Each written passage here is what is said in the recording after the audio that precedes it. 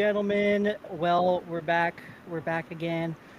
Super excited to be with you. Welcome into the second ever Young Dad Roundtable. I'm joined by three returning fellow fathers, brothers, Casey, Chris, and Mike. So super excited to have you. If you're unfamiliar with what this live show is where I get a bunch of guys together. We talk about all the things good, bad, ugly, beautiful, happy, sad, mad, angry, all the in between. And we have fun doing it. We share opinions. Maybe we debate. Maybe we disagree. Maybe we agree on everything. Who knows? We don't know how the night's going to go and how things are going to go. The only caveat is we get off when babies cry or when our significant others pull us away. So until one of those two things happens, then we will stay on and we will stay with you. So, with that, I'm going to open the show. Um, so, I know I told you guys, so we have two opening stories tonight, and I think one takes precedence over the other. And I have quite a bit that I want to get into with this first one. So, if you haven't checked social media today, if you've been unaware of what happened, a tragedy happened in Utah today at Utah Valley University. Charlie Kirk was doing one of his open forum debates on a college campus when he was being asked about trans gun violence and gun violence in general, and then was shot in the neck. He passed away a few hours later. He leaves behind a wife and a 3-year-old and a 1-year-old daughter. And so wanted to first, of course, talk about this because there's a lot of social media takes on this. There's people who are cheering. I personally disagree with that. There's a lot of people who are on the left that are saying, "Oh yeah, I disagreed with his politics, but you don't shoot somebody because you disagree with them or have them or can't disagree kind of thing." Like it's not right. Uh, the political violence in our country has escalated to a point that, well, just influencers are now getting shot at a college campus in Utah.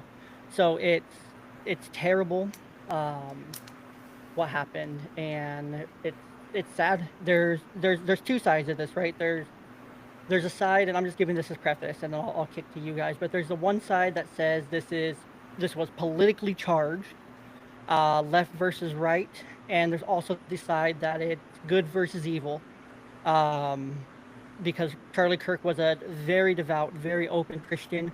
He talked about about you know over Jesus, and he talked about that openly and hesitation. And so, yeah, your guys' thoughts on tragedy where you guys said I will will share something that I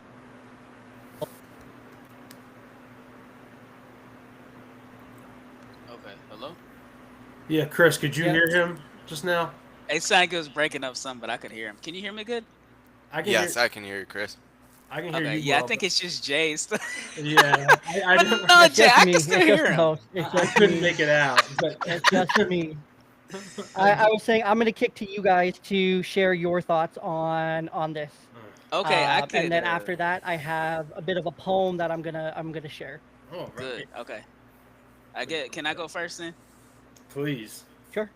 Okay, so I think okay, so I don't know a whole lot about the guy Kirk, but I've watched a couple of his videos. So when somebody first said it, first of all, I'm in part of this other group chat with some men, and then somebody said it, I said, "Well, who was that? I don't even know who that is." So I had to go look it up.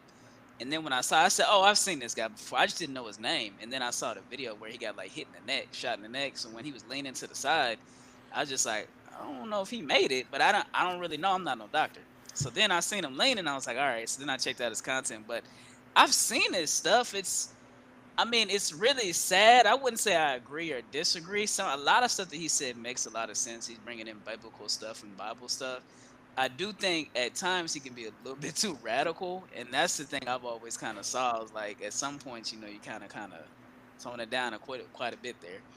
But I think overall, it seemed like most of his messages. I mean, they weren't anything out of the ordinary or anything like that. It's like biblical based. That's the way I also saw it. So that's my 2 cents. I don't have a whole lot. Okay, so anybody else could go. I'll so just selling myself out. I was a TPUSA supporter. I worked with them during previous elections to try to help get out the vote efforts and things like that. And in a minor way, I've done more with other political entities, but uh, Charlie was a good man. He's pretty mainstream for our side of the aisle, my side of the aisle, when it comes to what he espoused from the microphones to college campuses. Obviously, it's not going to be well received there, so I give him a lot of credit for facing down what was obviously going to be hostile. But the crowds that he had in the beginning of his prove me wrong, outreach that he was doing were all hostile. And then they moved to being halfway hostile, and then it moved to being 80% people that just came to see him, and 20% of the hostile, typical, higher ed folks that would be his opposition. And he was always very magnanimous with people about how he communicated with them with respect. And I think what we're witnessing, for better or worse, is the end of debate in the public, other than online, which is, of course, pretty much the worst place possible to try to have debates, as we're doing right now, possibly. But in a forum like this, there's actually a social consequence. If I disagree with you, I can see what your guys' impression was of what I said and all those things. But in a Twitter or X spat, that's not possible. And I just think we there have been, probably in the last 6 months, just an absolute array of political violence, and we must face facts that we're probably in a climate where, if the pendulum swinging back the other way against this kind of violence, those are the types of things that happened pre World War II. I'm not going to lie, because there was severity of, and similarly in the French Revolution, just the clapback was in the other direction.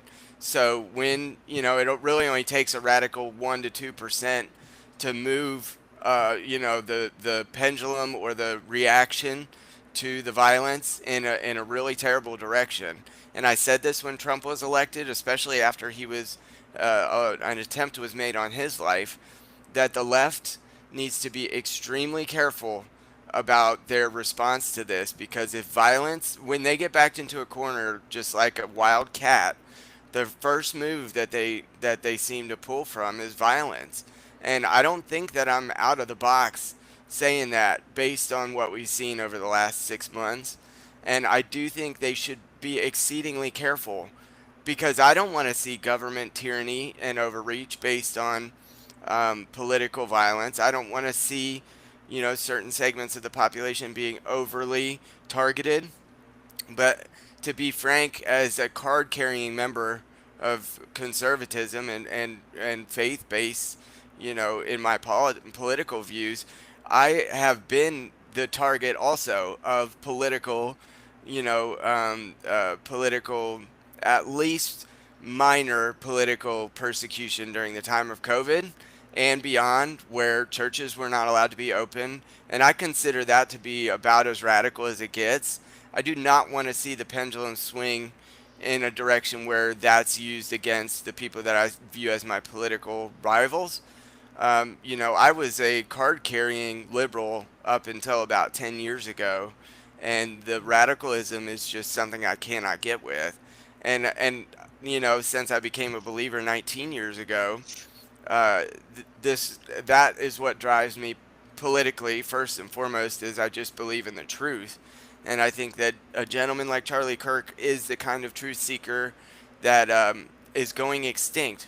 Because if open air debate is no longer possible in our country without having to dodge projectiles, and obviously every time a conservative speaker goes to a campus, there are protests, there is violence there.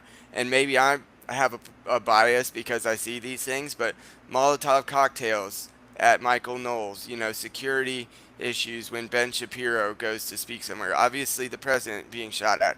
These are not like radicals, right? This isn't Nick Fuentes. They're not saying racial slurs and they're not, talking about fascism and Nazism like it's a good thing. These are standard political entities, guys. And what happens is a pendulum or a backlash always ensues when things like this take place. And um, I won't I won't hide the ball on my political opinions because of this. And I think, young men are shifting more conservative than they ever have. More Gen Z young men voted conservative. They were the most conservative bloc in the country last election cycle. And they are the ones who have the foremost ability to make political and physical, kinetic things happen. And I want the tone to be brought down on all of this. But I think from a Tesla firebombing all the way up until these political assassinations, I'm not super certain that that's within the cards. I reached out to one of my dear friends today who's usually the temperate, moderate person, and I said, give me an optimistic view of how this plays out. And not just this political action that was taken today, but also the last couple years. And he said, I don't have anything optimistic for you, but I do think the end is coming nigh, and Jesus will probably be back soon, and that's probably good for everybody in reality. Not for everybody, but for most. That's my belief, and I thank God for Charlie Kirk. I think he went to go meet his creator today, and no matter what people think of him, I think he's going to be in a better place. So I would hazard a guess that this won't be toned down, but my channel is very political. I'm not gonna lie. It is extremely political. I don't hide from that. I'm a dissident among therapists because I do not hide the fact that I'm a believer in Christ, and I believe also that therapy can be extremely toxic. And I think that Overton window is shifting in a direction that has made the left very nervous. And I just pray and wish that they wouldn't respond with violence because that man had two young kids and nobody wants to see those children go without their father. But they won't even remember who he is. And that's a high cost to pay for trying to share what he believed was true on college campuses. It's a freaking shame. And if somebody doesn't turn the boil down, the young men of this country will rise up in ways that people will be extremely uncomfortable with. Yeah, I mean that's my fear too, for sure. I will just freely admit that Casey, you and I being in a similar line of work, I do draw some boundaries around how transparent I'll be politically, um, just because clients watch this kind of stuff, and for me, there's really no upside. And that's just my point of view. Like it there's no upside to my job in terms of the work, in terms of helping them with what they're there for. Um, when I'm faced with politics coming up, but I think like obviously we're probably looking at it from different viewpoints. I'm guessing. Just when I hear you invoke like the word they, um, because as someone who considers himself extremely nonpartisan, um, it's hard for me to assign that kind of heinous violence toward any kind of like political belief. I feel like it has to transcend that into whether it's mental illness or just extreme, like radicalism. It transcends political parties. I don't think there are people like the left is out there like celebrating the death of a man. Um, I see your face. Maybe I'm wrong. Maybe I'm naive, I but I will there's share people my position is out there shame. that are celebrating the death. there are people out there that are celebrating the death, whether they align politically with the left or politically with the right. That's on them, and it's a terrible thing to celebrate someone's death. It's a terrible thing to celebrate death in general, to when it's a murder and a tragic murder of a young man, a husband, a father, a son, a brother, and I think those things are objectively terrible. And for those that celebrate it, I think are objectively unwell. Yeah, that I would totally agree with. If you're, celebrating the assassination of someone trying to speak on a matter of political discourse, then shame on you. I mean, like, come on. And I do share a lot of the same outlook that Casey conveyed in terms of, unfortunately, pessimism as far as the direction in which it's headed. I don't see that getting better. I see increased polarization, just more and more and more to the point that I think, you mentioned online. Shoot, I mean, what we're talking about on a college campus, a place of higher education, something like this happening, like, it seems like we are very far past the point of nuanced conversation and political discourse in any kind of reasonable setting. So, like, if that's going on a college campus, I mean, what we're talking about on Reddit or something is absolutely screwed, and that scares me, because that's not what I want to see for this country at all. Yeah, it's concerning. I think, for us that we all have children, and I think for us as fathers, one thing I thought about with this was,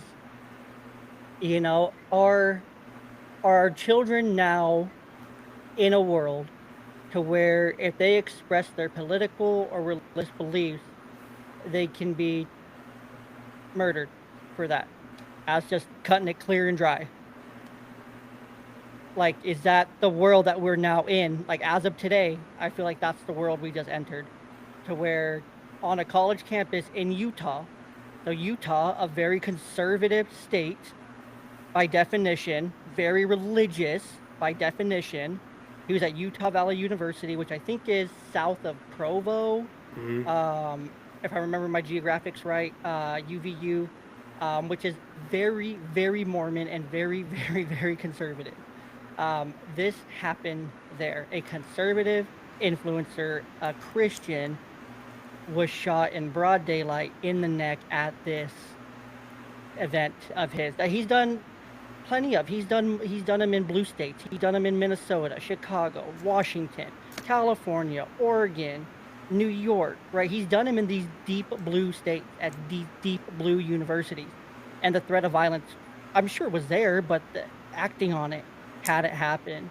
And this builds on recent incidents of that young Ukrainian girl that was murdered on the subway. Again, in broad daylight. Another terrible thing. And so for our kids growing up, they're now in this world as of now, like, hey, you gotta, be careful what you say, where you say it before, right? Even though we have freedom of speech, it's now amplified and it's more dangerous. And I want there to be an optimistic outlook, and it's hard too, especially raising, Christian children or children who are believers, because the Bible says to speak up, to stand for what you're unashamed in, and to be unashamed of the gospel of Christ. And yeah, I think it's creating some fear, and I don't want to fear monger, because I don't think fear is where we need to be. But I also think we have to be realistic about it as well. What does that say to you, Jay, when you mentioned that, like, let me make this clear first. I am probably the least informed person here out of us four about this individual. Like, I understand generally what his politics and what he was known for, and that is from an appointment with a client 3 hours ago. All right, so that's where I'm coming from. I want to be crystal clear about that. But when you mentioned that he has spoken in these much like bluer states, what does that mean to you that it occurred in somewhere like Utah Valley State? I I, I don't know because it's there's so many angles you could approach that. You could approach that from the angle of this was it conspiracy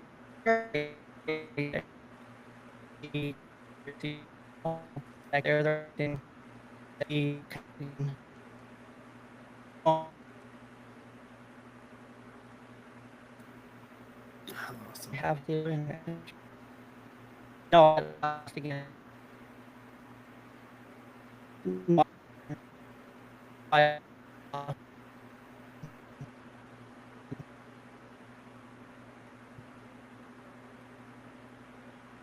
Did you guys get him there? I couldn't hear him. Okay. Oh, and he's gone. He bailed on him. Jay's gone. Question. Sorry about that. Jay hated my question so much. Let's keep going. I mean, he the one that's hosting it. He'll get in. Yeah, I'm sure he'll get in. What about you? I think- I was just saying. Or yeah, either one of you. Go ahead, Chris.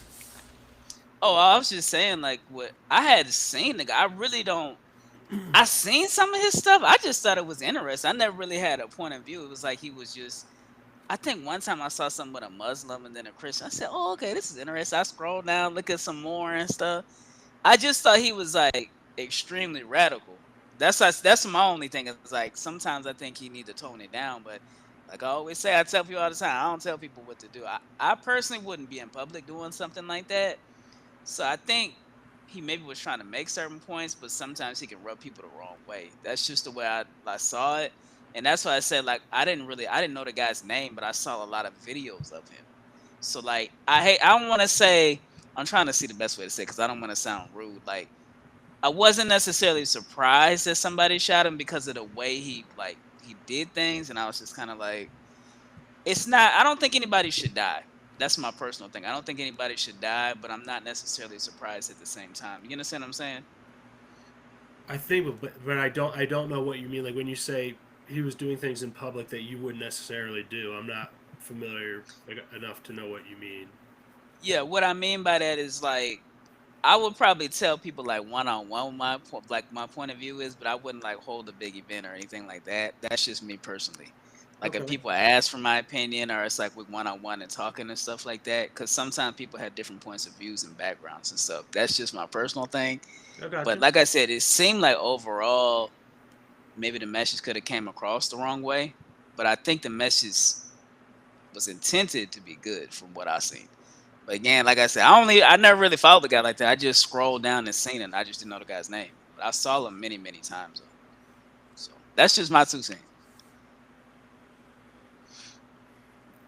Like, so do you guys think it has more to do with like politics and actual stance over issues, or do you think it has more to do with just the level of violence and extremism where we are culturally? Well, those go together for one side, and really, in reality, since the French Revolution, um, when again one side gets cornered, violence has pretty much been the way forward. And I suppose in to Chris's point, I suppose we shouldn't be surprised. The 1960s and early 70s were much the same. If you made a point politically, you were subject to the pew pews in public, and at that point it was one whole political family on the left, which was being, taken out, which I think, obviously it still affects our politics today. But I do think it's political because even the mainstream media, after his unfortunate passing today, are talking about how this will be used to score political points or to try to, push a narrative by the Trump administration. They've told people who have a mental illness that their literal lives are at stake in terms of who wins elections. And for those of us who are therapists, obviously you've seen clients in the last 6 months who believe they need to move from the country who believe that they're under threat directly because that's what they've been told by the media, by the New York Times, Washington Post, CNN, MSNBC, NPR. I don't have to go very deep into the rabbit hole of the mainstream media saying that this is literally life and death, that literally the election results are life and death.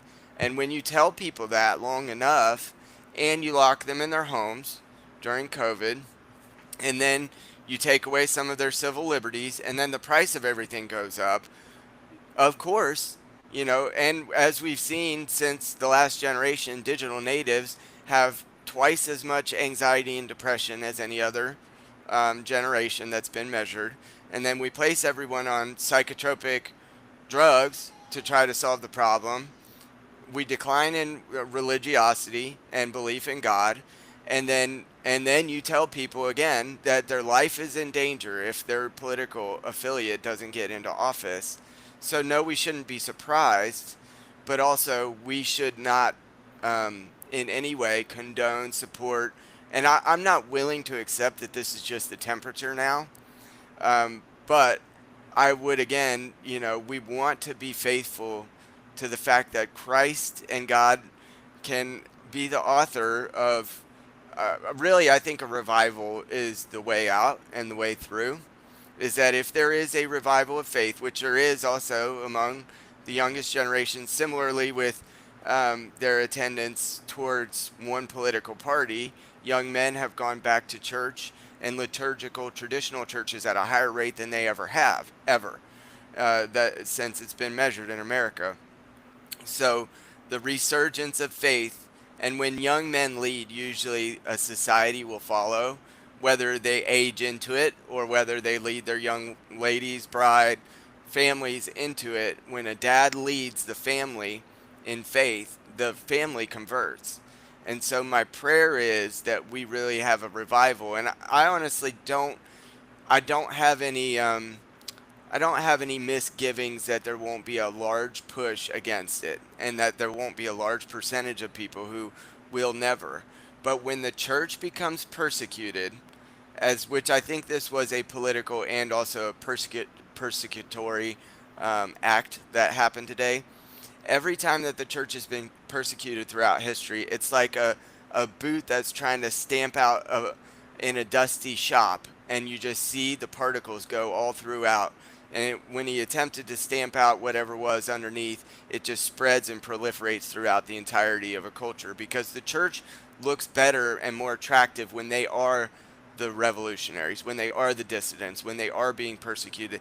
Then that Yeah. attracts young men to the church. That gives them more cause because it's actually a cause. It's not just the cultural hegemonic force. Then it's a revolutionary force. Guess what young men want to do? They want to join a revolution. And so when these types of things happen to faithful men, I think that they're missing the forest for the trees if they actually thought that assassinating a man like Charlie was going to do what the intended, unless they just wanted backlash, the intention is not going to land because young men who followed Charlie or Christ or see the church as being persecuted will be more attracted to that type of life. And so my prayer is that a revival occurs in our country. I pray for peace, but also hardening the target. My kids go to a Christian school. We talked about a school shooting last week from somebody who had a mental illness who believed that they needed to, unalive themselves in a heinous way by taking others with them. It wasn't but a few months ago prior to that happened again at another Catholic school. And it seems to be the more that those things happen, the more it makes sense to harden the targets. And being faithful and being peaceful doesn't mean that you shouldn't be prepared and to harden your home, which I think is reasonable, regardless of your political stripes and regardless of where you live. I just think it's wisdom as a father. And I totally understand my brother-in-law, God bless him, is like one of these men that would never have a weapon in his home. And I totally understand his premise, but I will not leave my family unprepared like that, and I just don't think that is the climate we're in. And I don't think it's unreasonable to harden your home, harden the target, harden the schools, make sure that we show our priorities and who we want to protect first and foremost, which is our children. And you'll know a society strikes by how they protect and treat their children, and they've been on the back burner long enough. I mean, yeah, I agree with a good deal of what you said there. I just, yeah, I think I want to be careful about conflating logic and intentionality with the actions that happen today. Yeah. Paul? Even if they're politically motivated for that person, even if that's was the the nut for them. I don't think that necessarily equates to like a logical progression. Yeah. I think it does. I'm gonna have Paul weigh in. Yeah, I'm jumping in late. It's good to see you guys, and man, I jumped in and it was heavy, which makes sense because days like today are heavy. We're seeing a lot more violence in our country. Anytime there's a shooting, I'm struck by conversations I've had with folks who were visiting, staying long term from outside of the United States. One guy from Germany, a couple of families from Norway.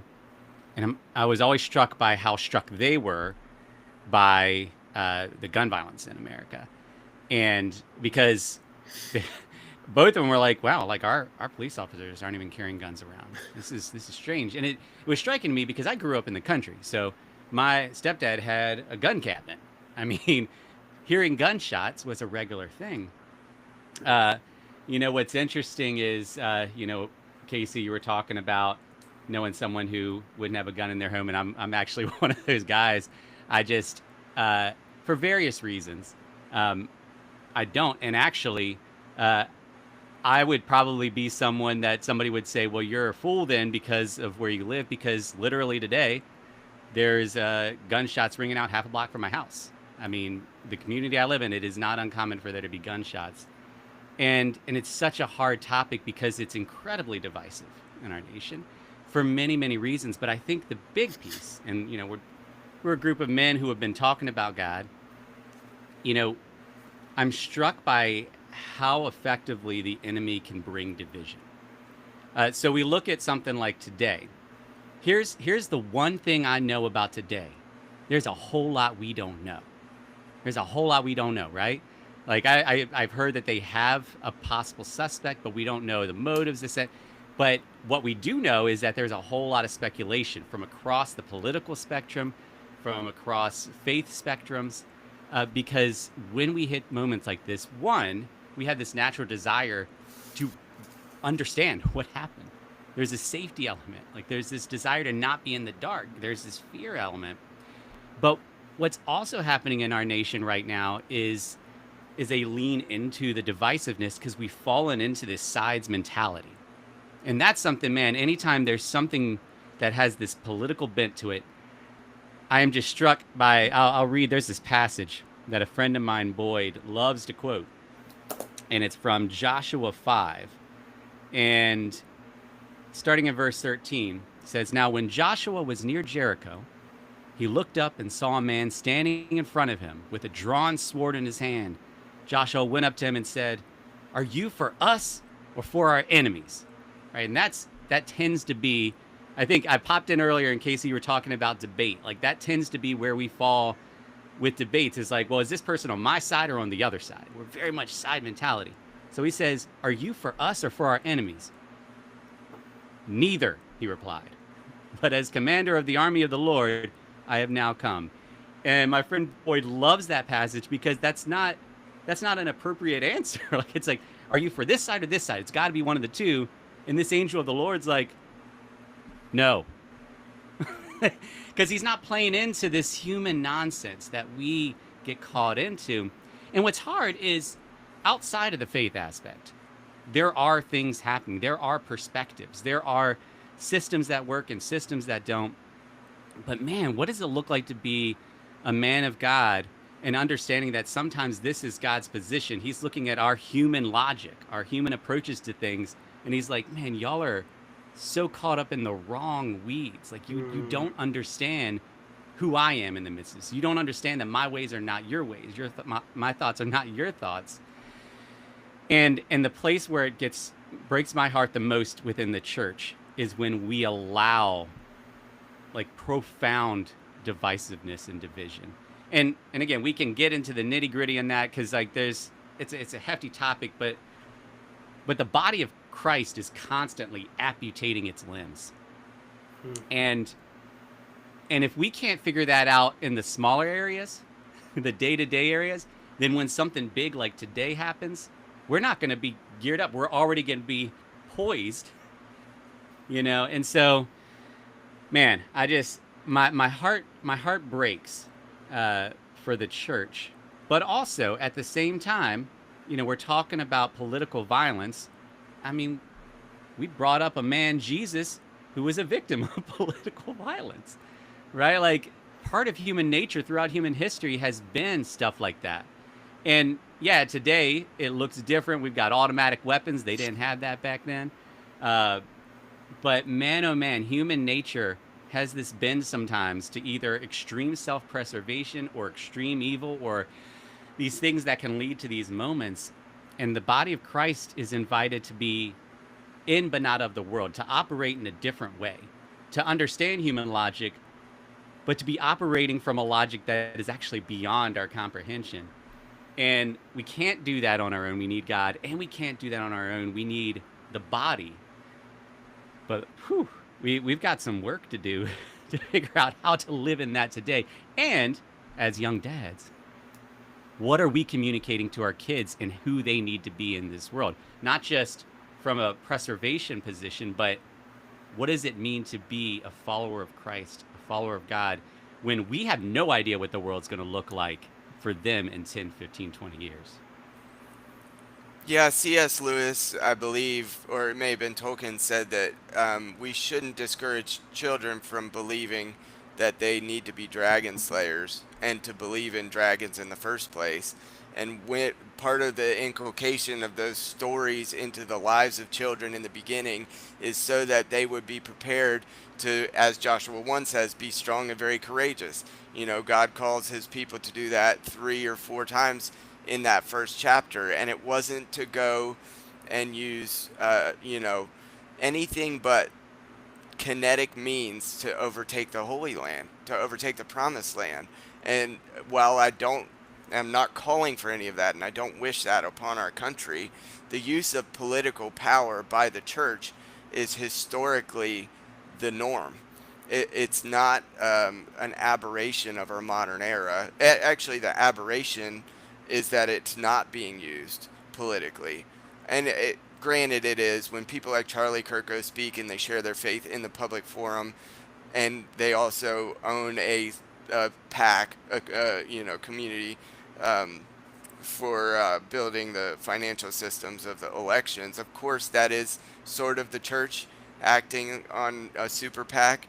But on the other hand, I think that the political order was more orderly, even if it was monarchical at times, when the church took political action more seriously and more forthrightly, as they were called to do quite frequently throughout the Old Testament. Now, Christ did reset the table and, say, render unto Caesar what is his, and, he was killed by political action, crucified next to, or Barabbas was an insurrectionist of all things.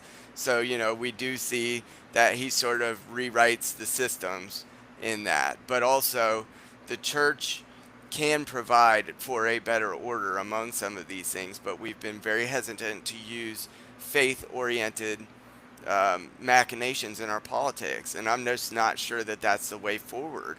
And I'm not saying that we should have a theocracy over here, but wouldn't it be better if there was a foundation of truth that was oriented to the Bible, that was brought to bear on the polity, just like it was at the foundation of our country? Even though many of them were deists and not necessarily Christians, what they oriented to was a standard that we had followed for 250 years with relative order and peace, and a Pax Americana for the last 80, to be frank.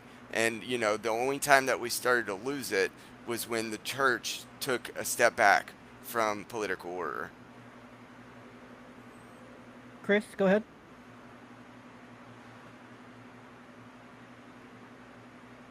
Oh, Oh, okay. All there right. you go. Nah, I wasn't really gonna say too much. I was just gonna say, like, I know this might be a little bit off topic, but like, so last discussion when we had Roblox and like Paul was in here, he was talking, and I was thinking, I said, man, this sound like Bible study. I said, this is good. Y'all should have just told me. I would have came in here like with my Bible. I mean, I'm cool with it. I actually like it. And then I was thinking at the end, but I didn't want to embarrass nobody. I was thinking like, honestly, I kind of felt like we should have prayed at the end. But then I was like, I didn't know how y'all felt, because No, I was like, well, he we're- over there dropping the Bible.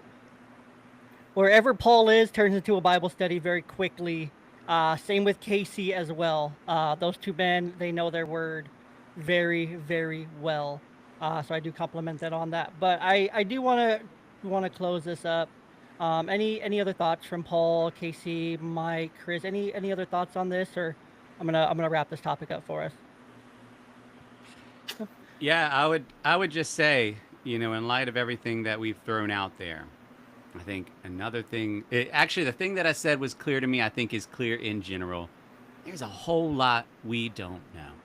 And I was facilitating a community Bible study today, so I'm going to bring some more Bible in for you, Chris.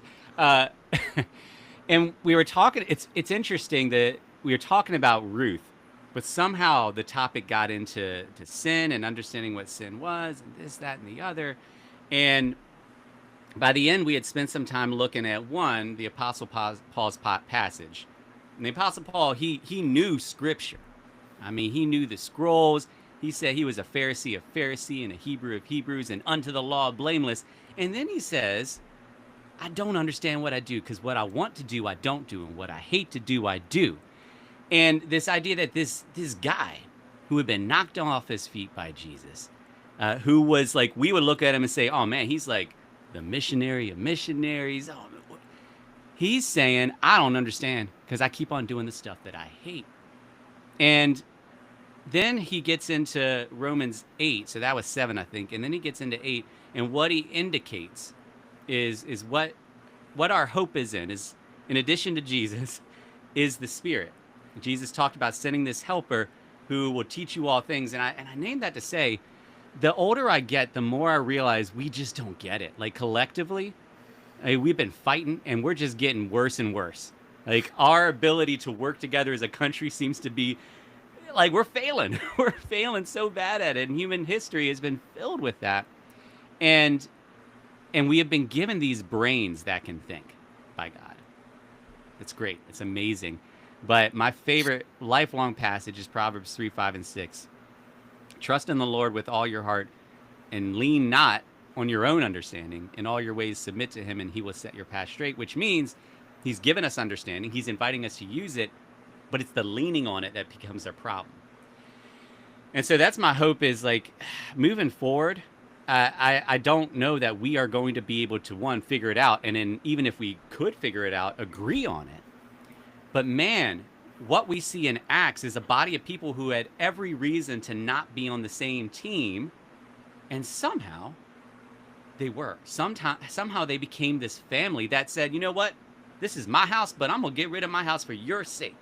So you have what you need. Like, that is not a natural way of living. And yet they did it. And it's not because they had this grand idea, they gathered together and planned it. No. In the beginning of Acts, it says the reason is because they were just praying. They didn't know what to do. And the Spirit came down and showed them a way of living that made no sense, that they never would have chosen. But to this day, we're still talking about it. You know, we're not always living it, right? But we're aware of it. It didn't fade away. And so when it comes to our nation, when it comes to the world, the role of the church is to stop leaning on its own understanding and actually figure out what does it mean to really trust God and submit to him. Until we do that, we're just going to keep on being like the Israelites preceding that passage in Joshua, who kept on saying, "Oh yeah, we need you, God," and then we don't want your manna anymore. We want the cucumbers in Egypt. Oh, we don't want this anymore. We're gonna keep on doing that because we got our ideas of what's best, and we're just not smart. Amen to that. All right, boys. Well, I have something I wrote after I heard this. I heard this news about Charlie, and I started thinking about it. And I thought pretty deep about it. And so I'm just gonna share this with you. It's a little bit long. You guys may need tissues for this, so please forgive me. I titled this "Tonight." Tonight, a mother, or it goes tonight. Tonight, a mother and father cry. Tonight, a family mourn. Tonight, family photos will not be looked at the same. Tonight, so many ask why. Tonight, a wife became a widow. Tonight, two little girls lost their physical, spiritual, and emotional protector. Tonight, two little girls won't see their dad walk in the door. Sorry, I get choked. This is kind of long, so bear with me, boys. Tonight, two little girls won't cuddle their dad before bed. Tonight, two little girls won't get kisses, hugs, or a soft smile from their dad. Tonight, two little girls won't have a normal Father's Day ever again. Tonight, two little girls won't have their dad at their first day of kindergarten. Tonight, two little girls won't have their dad there for donuts with dad at school. Tonight, two little girls won't get to go to a daddy-daughter dance with their dad. Tonight, two little girls won't have a dad cheering them on in their sports. Tonight, two little girls won't have their dad there to see them grow into young women. Tonight, two little girls won't have their dad there to scare off the boys. Tonight, two little girls won't have their dad there to comfort them after a breakup. Tonight, two little girls won't have their dad there at their high school graduation. Tonight, two little girls won't have their dad dropping them off at their first day of college. Tonight, two little girls, when they call home, won't be able to talk to their dad. Tonight, two little girls won't have their dad there in the crowd when they earn their college degrees. Tonight, two little girls won't have their dad there for her boyfriend to ask for his blessing. Tonight, two little girls won't be walked down the aisle by their dad. Tonight, two little girls won't be able to call their dad and say, "Hi, Dad. Hey, Grandpa, I'm pregnant." Tonight, two little girls won't have a grandma and a Grandpa Kirk's house to take their grandkids to. Tonight, two little girls start to talk about their dad in the past tense. Tonight, two little girls had their lives changed forever. Tonight, many mourn. Tonight, some celebrate. Tonight, many are also disgusted. Tonight, we pray for the Kirks. Tonight, we pray for our nation. Tonight, we hug our little ones extra tight. And most of all, tonight, we unite as one nation under God.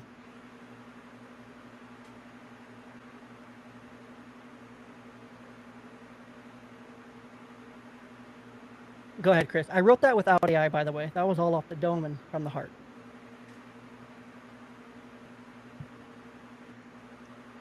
Now I could tell it's from the heart. I never really thought of when you were reading it. Honestly, I'm gonna be real. I never really thought about all that, but that is every single thing you said is right. I was like, dang.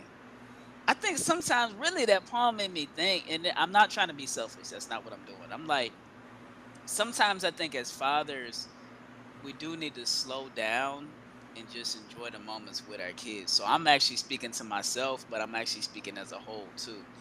Because we don't even know. But I will say, before you read that poem, I thought about today, like, what was his last meal today?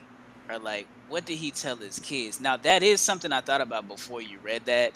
It's just something that just came to my head because it's like, we don't really know. I mean, even me, like, and I'm still not even, I can't even, it's hard for me to even talk about it. Like, I had my friend that died in a car accident, like, about a month or two.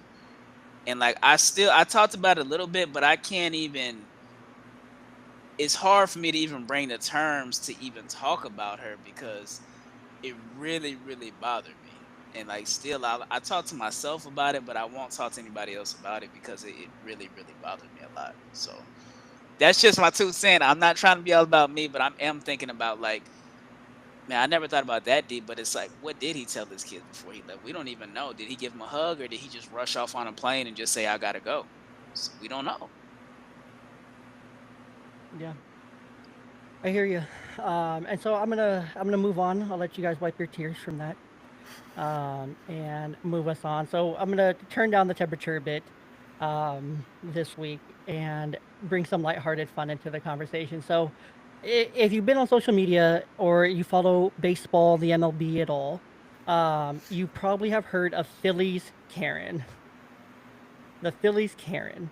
And so, a young Phillies fan, a young boy, and his dad were at a Marlins game, a Marlins versus Phillies game, um, and a home run was hit by Harrison Bader of the Phillies, and the dad went and got the ball for his son. It fell a couple rows, so it fell out of the grasp. And if you've been to a baseball game and a home run's here near you, it's a dog pile. Whoever gets there gets there, and you just walk away and you go, shucks, that's okay. Maybe next time. Wasn't meant to be. And but this lady, she even had a Karen haircut. The internet is calling her Karen, Philly's Karen. Decided to go over to the young boy, grab the father by the arm, and berate him to get the ball from the young boy because she felt entitled that that ball was hers because it was hit near her. Um, and so my thoughts on this is A, suck it up, lady. You didn't get the home run ball. Bummer. Go cry about it. Um, B, baseball's a kid's game. Let the kid have it. That's going to be more memorable for the kid than it is for you. Plus, it's Harrison Bader. It's no one special. There's no special importance to that ball or nothing. It's not going to win you $1 million or anything for trying to auction it. It's not Aaron Judge's 62nd or whatever, right? It's nothing special. It's Harrison Bader, and it's at a Marlins game, okay? Tickets probably cost like $2 to get in for that game. Let's be real. So the aftermath of this, I think, has been the most hilarious part. A Marlins worker had come up and given the kid a gift bag and said, "Hey, after the game, we're taking you down to the tunnel." After the game, kid gets a signed bat and another autographed ball, and it's just the coolest experience ever. The Marlins and the Phillies crushed it. But the woman was also berated on the internet. She after around, she found out and let go from her job. Do you guys want to guess? If you know, don't say anything. But do you guys want to guess what her career was? Oh man. HR. Oh, good guess, Nope. Casey. I love the Nope. guess. I Not was gonna HR. say bird watcher or something. No, not a bird watcher. Gentlemen, would you believe me if I told you that this woman Elementary was school an teacher. educator? Yeah. Oh wow! Was a public school educator. So everybody knew who she She's was. since been removed from her Dude, I position, don't know according to where that came Facebook. from. That's what Facebook says. But yeah, it's been turned into a whole meme. The Savannah Bananas did a remake of it at a banana ball game, like within the same week, and did a parody of it. So I just think the story is hilarious because you see other instances of like a grown man getting the ball and going woohoo, and then a kid's right there and he just hands it over to the kid. Yeah. And the kids jumping up and down, they're all excited and whatnot because that's what baseball's about. I'm a baseball guy. That's what baseball's about. It's not about you as a grown man. It's about the kid. And so, do you guys have any thoughts on this funny-ish story? And then, if whoever's got thoughts, go ahead and share them. And then I'm gonna re-up the temperature in our next story, actually. Okay, so I stole a lot of airtime last time, but you guys have to watch the replay because the man, when Karen approaches him, God bless her, I didn't want her to lose her job. That's not right either, honestly. Wow. But when she approaches the man, he goes like this. Like one of those. Like, Oh, not yeah, just it like wasn't the very back masculine. off hands, but like the I'm so scared that I pissed myself kind of hands, like. So the story Like, you is, hear the fart emoji in your head yeah, going, as comically as Jay tells it, this is about the dad. The dad should have said, "Lady, tough luck." I mean, he's 12, like get through it. But the dad, it's a perfect encapsulation of where dads are in our culture right now. And I heard an interview with him. I'm way too deep into this story. I promise I'll shut up. I heard an interview with the guy later, and he's like, I just thought it would be easier if I just, let her have it. And like, I thought I'd teach him a lesson, like tough, tough things happen. And it's like, the lesson you taught him was that you're not willing to stand up for yourself or for him. And quite frankly, he just learned the lesson that you need to do better than your own dad. And that is pathetic. It was exceedingly pathetic. That man, I'm glad that the team gave his child some things along the line. But guys, we got to stand up for our kid better than that. It's a baseball this time, but what if he was getting bullied at school, or there was another impetus that was more serious? Come on. It just drove me crazy. Come on, buddy. I just wanted to see it replay and him not, at least don't do the scared, super faint, soft guy hands, when she approached him. Anyway, watch the replay when you can. It's funny. I want to see that. I'm dying to see that.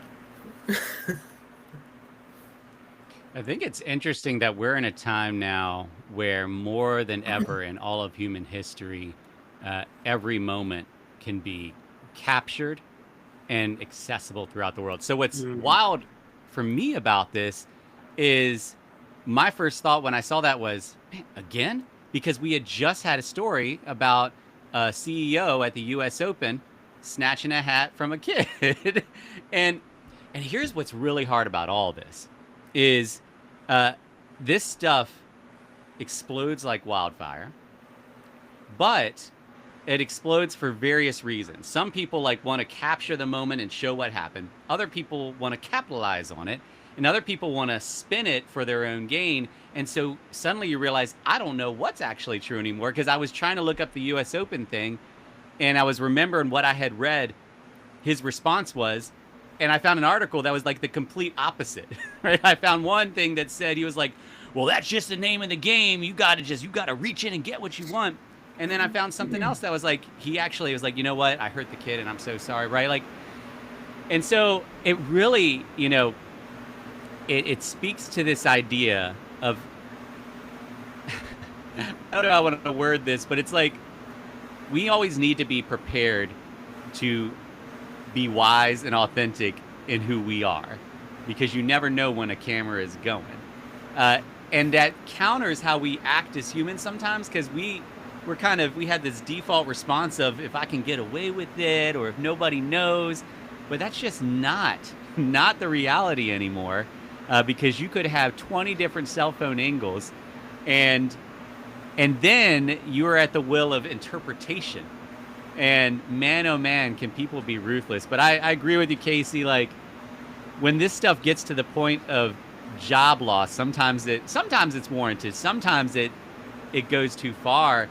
And, the woman, I saw later videos, I mean, I don't know if she was having a day or what, but like, she ended up flicking off the crowd and all that. And so, she was feeling some things, but she wasn't on the job, right? So it's like, but man, oh man, are we preparing ourselves out of season so that when we are on display, we have this muscle memory to respond with wisdom?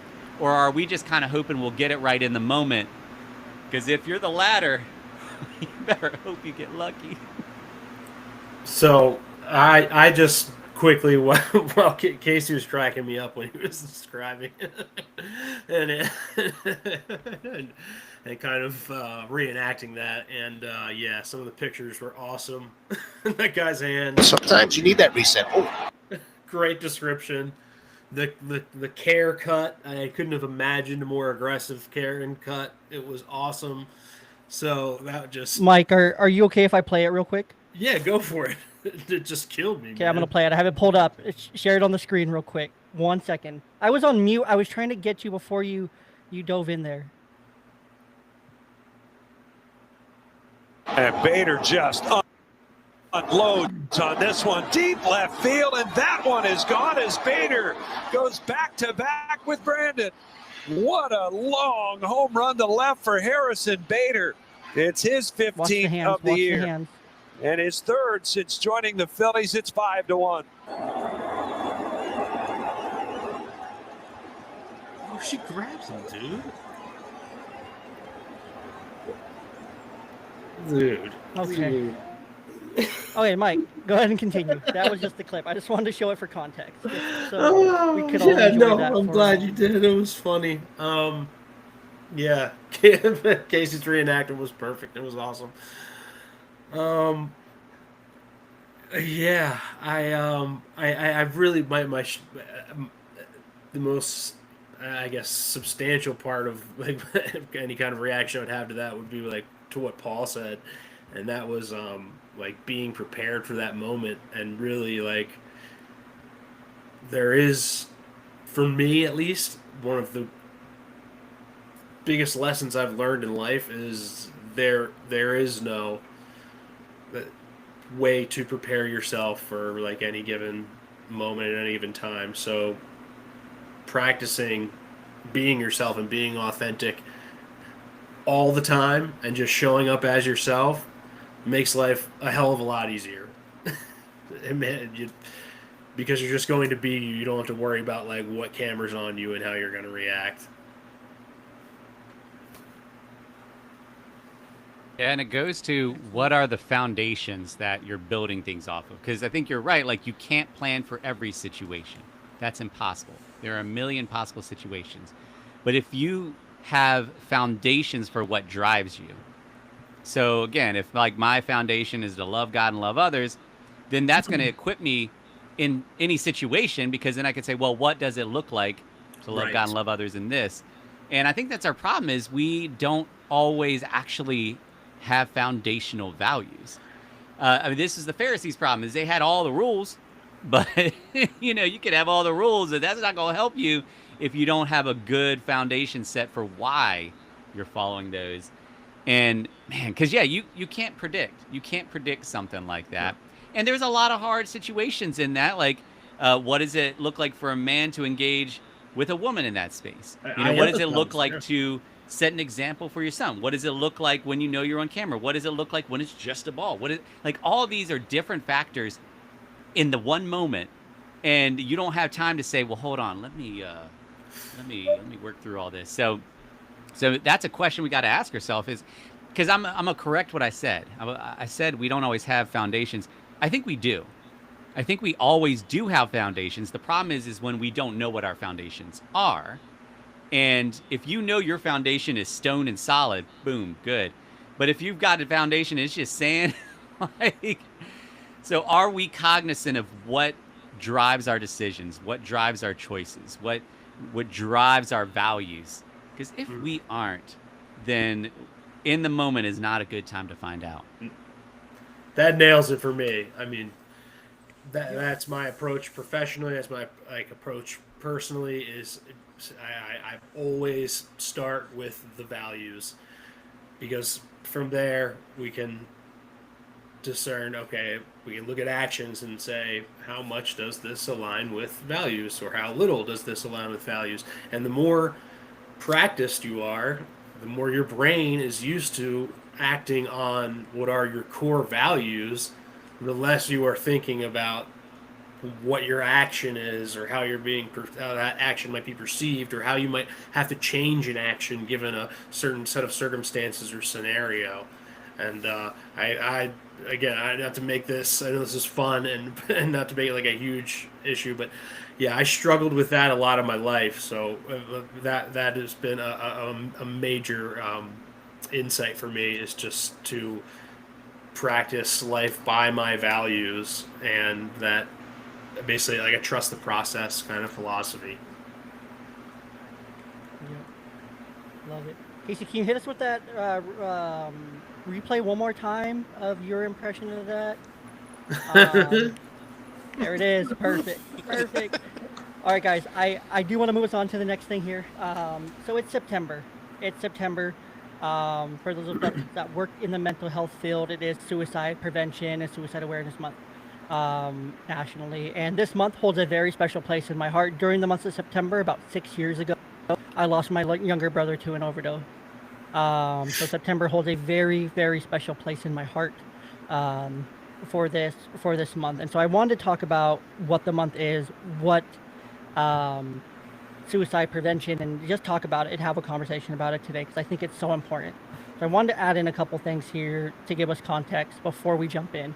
As of June, numbers that were reported back in June, 444,536 suicide had happened in, I want to say this was a global number, in 2025. So just 6 months in, 75 to 80% of those were male suicides. So 333,402 male suicides as of June 2024 globally. There's so many numbers there. 60 men per hour, 1,438 men a day, 10,096 men a week, 43,750 men a month, and 525,000 men a year. Again, these are global numbers. Again, when you take the whole world into context and whatnot. Suicide rate in the U.S., I think, as we know, is 4 men to 1 woman, and so it's 4x that of male suicides to women suicides. Women do attempt suicide more often than men, however, but by less lethal means. Men, if we're gonna do it like we do, if we're gonna do a job right, we're gonna do it right the first time. Even though there's no joking matter with this, but it is, exactly what it is. But the men use more lethal rates, having a higher successful suicide than women. So those are just some statistics I wanted to drop, and I think this conversation is so important. And another thing I wanted to add here, well, I'll come back to it when I talk about it again. But yeah, it's a hard month. It's a hard pill to swallow, knowing that there's 400,000 men probably at this point in 2025 that have taken their lives. It's just hard to swallow for me. Chris, go ahead. Yeah, I never told y'all. I know we all still first time meeting. I'm pretty open about it. But yeah, like my dad actually killed himself. So that was back when, because I'm 36 now. My dad killed himself when he was when I was 19. So I think originally it took a toll on me. Like I wouldn't say I really I didn't jump off a bridge or do nothing crazy. But I was drinking for a while and different things like that. And for me, originally when I first started making content, it was about, my whole goal was to help men as far as encourage. Well, actually, it started off just being motivation, and then I kept praying and I was asking God what do you want me to do? And then it kind of evolved over time of helping fathers and stuff like that. So for me, I've always, I guess so I've never really told a lot of people about that, but it's that's what really drives me to make a lot of content. So it's hard for me to stop sometimes making content because I look at it as fathers, because my dad was adopted, but he was adopted by his uncle. So then it's one generation, then you got the next generation. So for me, I'm always there for my kids. I really don't talk about it that much because I always say that's something that he felt like he wanted to do. I'm not mad or anything like that. I always say my dad was amazing. My dad was there for me for every single event. He had some demons of his own he needed to deal with. I can't help that man do that. And then, like I tell people, but that's really, for me, that's the root cause of why I really, really make my content. It's about helping kids and then helping the men become better men, because it all ties in together. Because a lot of people, I tell people all the time, even I told Jay about this all the time. I don't want to mention the guy's name or nothing like that, but it's in this space, when you're making content about fathers, I call it getting it out the mud. If you ain't really been divorced and been sleeping on your mama's couch, really in some real hard situation of going to court, I'm not really trying to hear nothing you got to say. Because a lot of guys go through a lot of things, and I've talked to guys personally, and I tell people women don't know. Now I know because I talk to the guys, but the guys, they go through a lot of different things, and I tell people that. So it's really something dear to my heart when a man says he's struggling or he's going through something like that, and I take that stuff very seriously. So that's my 2 cents. I'm gonna let Paul go. I like Paul. Paul, you cool? Thanks for sharing that, man. Thanks. Yeah. Yeah. Well, and that last piece of what you said, when someone comes to you and say they're going through it, Like you take it seriously. And you're able to do that because you have a very personal connection. Like Jay, you have a very personal connection, right? Like to something, both to something very serious that a lot of people don't. And we can look at other areas in life where there you can recognize a big difference between when you didn't have an experience of something and then when you did, and how you responded to that, right? When my wife and I first got married, we treated Father's Day and Mother's Day the same. Yeah, it's Mother's Day. Like when we had our miscarriage and then another miscarriage, we never treated Mother's and Father's Day the same because we realized there's a lot of people out there that are, this is going to be a hard day, right? So when we're talking about something like suicide, it's one of those things where on the outside of it, it can be very hard for people to understand because it's so final. Like it looks like giving up. It's like, whoa, I would never do that. And so then your advice in that space is just stop thinking like that. Just don't do that. Just think about what it's going to do to everyone else. And like, there's some legitimate stuff in there, but it misses what you just noted. It's like, I take it seriously. Like you didn't even tell us what you do in that space. You didn't have to, because your first starting point is, I'm going to take this person seriously because where they are right now, they need me to be serious with them, to actually be with them, present with them. And I don't have anybody personally that has committed suicide. There are some indirect connections. So I don't have that close connection piece. And I've never had, suicidal ideation, but I have hit some seasons where things got so hard that I had this moment where I almost felt like God was giving me a glimpse into, it's like, I don't want to end my life, but I could see how somebody would want to in this moment. Like the way I feel right now, especially if I didn't know who God was and actually believe he was going to work, even though I'm like, where are you right now, God? Like, I get it. And I've had that moment in some other spaces too, that outside of that, it'd be easy to judge. And so I think that's the one big thing I would say is we cannot be so quick to judge people. And we need to be quicker to do what you described, Chris, where it's like, I'm going to be with people first and foremost. Like I'm going to meet them where they are.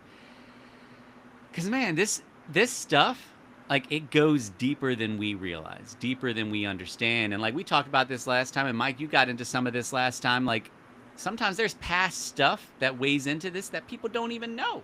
They don't even realize. They don't know why they're feeling the way they're feeling. They just know how they're feeling. And so how can we get better at just being with people and then working out the details as we go through? Because something like this, like the stakes are exceptionally high. So I'd rather err on the side of being wise than being quick or assumptive.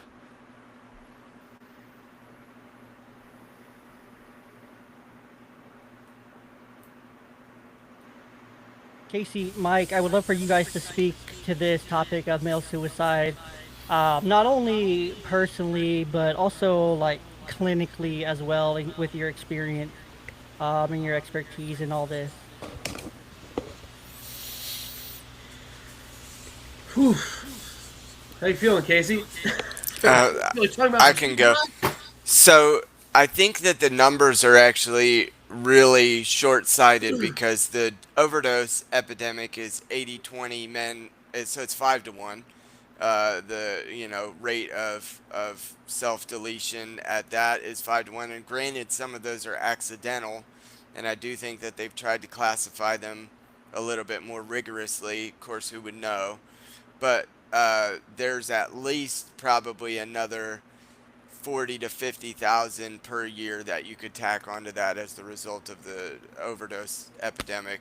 That's been pretty static over 5 years, as far as ranging from about 80,000 to 110,000 deaths per year. So I know, having worked in the substance use industry for the majority of my career, that a lot of those hopelessness, deaths of despair, I think is a bit more of a robust classification for including self-deletion and accidental or just intentional but using drugs as the agent.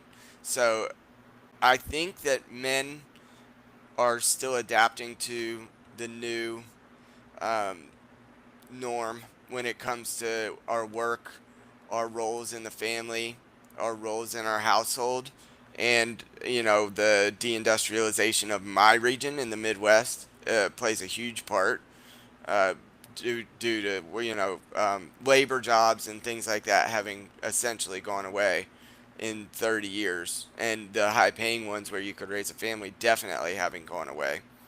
And add on top of that some of the way that men are one of the favorite targets in public, and since the social media era, the Me Too movement and others, along with increasing women seeking divorce at 70% clip, along with infidelity being at least more of a balanced proposition than it used to be. It's just really hard for men to know where they fit. And I too, I'll just be honest. I'm a survivor of attempting on my own life. God, I don't talk about it often. We did this last time, didn't we? I always go further than I should probably, but I was in the midst of my own addictions, It's and then okay if you do, Casey, because yeah, you're not the only one sitting here right now that has had this struggle. yeah, So I yeah. can I can speak to it myself that I've been on that side of the darkness as well. So So I would just God rescued me, although I wouldn't have hoped that He would at the time. I was, off secluded, like a mile off the road in a secluded area, and the red and blue came to my rescue. I wasn't very happy about it at the time, but I was literally saved by God and really mad about it at that moment. But it would have been impulsive and somewhat the result of my addictions, along with a young man's view of sort of the brevity of a problem versus the eternity that I could do with my life had I wanted to persist. And that was the time I made the promise to myself to quit using drugs and alcohol, and I made it out of the psych ward a few days later, and I lasted like 4 days in my abstinence push. So and the heat got turned down a little bit. I went back to drinking and went back to smoking, and then eventually I was crossing all of the thresholds of all the things you promise yourself you're not going to do, like using extreme measures like needles and other things. I don't know. YouTube's probably going to hate this part, but whatever. So having been on that side of it, I began to ask myself when I got sober why, because I very obviously, wanted to and should have been gone at that time. And so I started to try to use my new understanding of who God might be, to begin to ask the question, like, okay, why would God rescue me? Obviously, I've been looked out for, and not just in that situation, but in others, you know, accidental overdose, walking the line, cocaine, and other things. And so when I asked myself the question, why did I survive? Why was I saved? And why would I be saved in opposition to someone else who deserved it potentially much more? And that's where I began to come to some understanding of grace, which is really what I was missing from my previous attempts at Christianity, was that it doesn't require me being good for God to want good things for me. And I also believe, as a counselor, that God is giving those opportunities of grace and mercy to those who do succeed in taking self-deletion route. I have to believe, in order to persist in my industry, that every man and woman is being given those opportunities to step off of the elevator, and I am attempting to at least point it out to them that this might be your opportunity to step off of that before it gets to the place where all hope is lost. So I think that I've been able to play a part in helping men reintegrate meaning and purpose into their lives.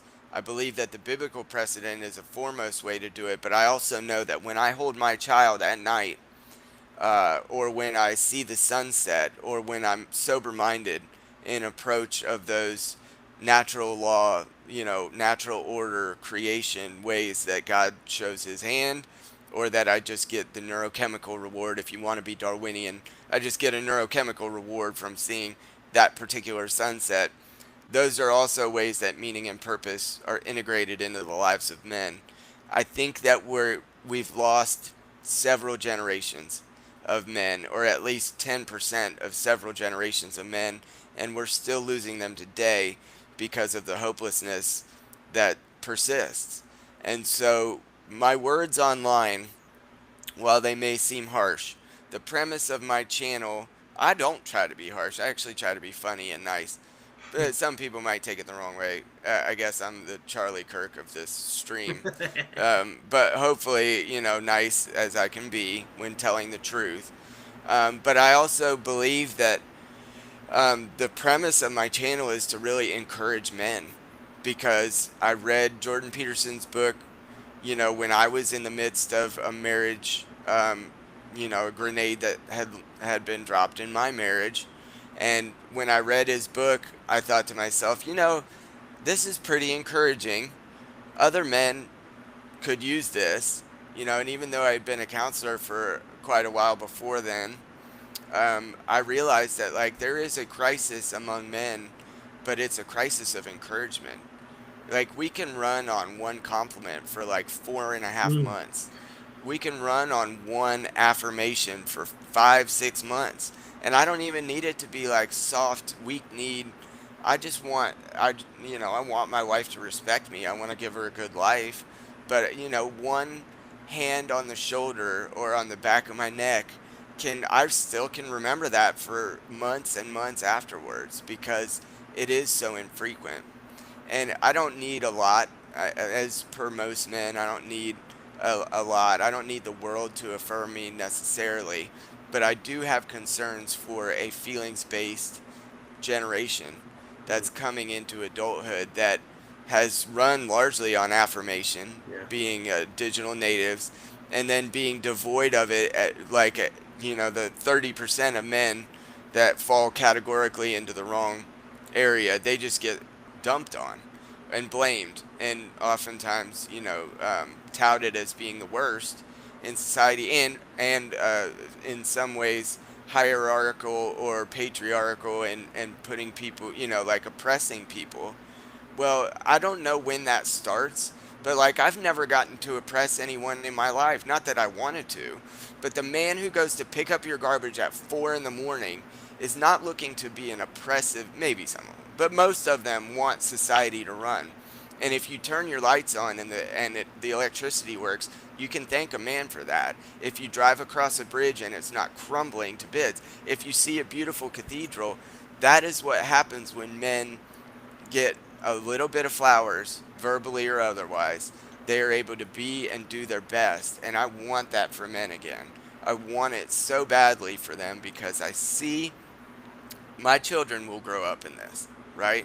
And if we don't have at least a reinstitution of agreeableness for one gender, one sex out of the two, then we are going to be in deep trouble. Because when men suffer, so does everyone else. Because you can't just put one on the outs. So I desperately try to encourage men. And I try, obviously, my female clients, I desperately want them to have meaning and purpose. The difference is I believe there are some fundamentals that give that into the lives of those who need it. And I believe God, children, and having a good, fundamentally good life, an objectively good life, meaning you get to enjoy it. There are things to enjoy, but you have work and meaning and purpose. All those things are a possibility. We have to withdraw from some of the discourse. But beyond that, men deserve better than they've gotten. And I'm here to give it to them. But, I get a lot of, as I'm sure many of us do, a lot of really nasty.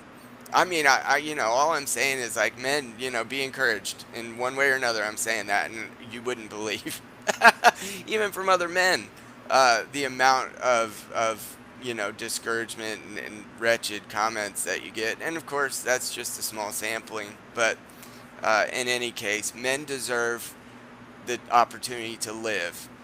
and I would die for my family, but truly living for them is the gold standard. And right now, I don't think many men are getting a fair chance, even like I did one generation ago, to like have a home and raise a family. So if you're a man out there and you're struggling and you're listening to this, if you've made it this far, you're already in the 1% probably. But if you catch a glimpse of this, I want you to be encouraged that, first of all, not every woman is probably what you think. If you're really in a bad place, my wife is probably the unicorn, I guess, but she grew up in a good family. She has good ethics and good morals. We all have flaws, but she's beautiful, and she still chose me. Well, I chose her really, but she still said yes.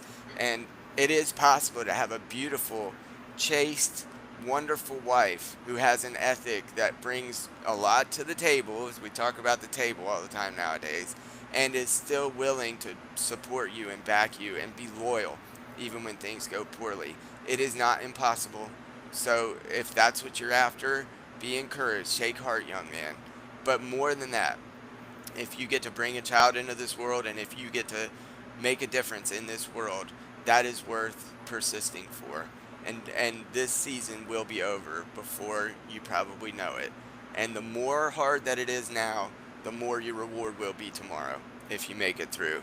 Because the good will taste so much better when you've experienced what's hard. Yeah, when this just came up, honestly, I became emotionally a little bit flooded. They call it sudsy.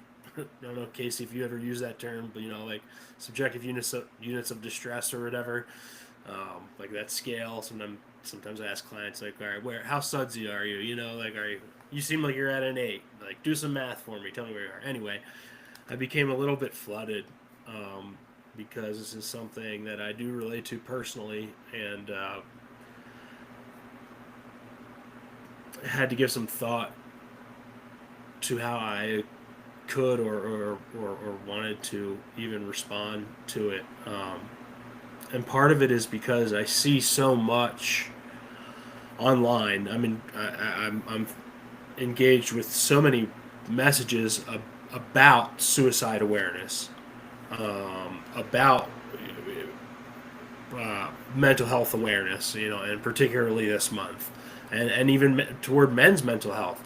And I find myself thinking, whom is this affecting? Whom is actually benefiting from this? Is someone, and in what way? Because I can't connect those dots. So that's one of the thoughts that comes to my head.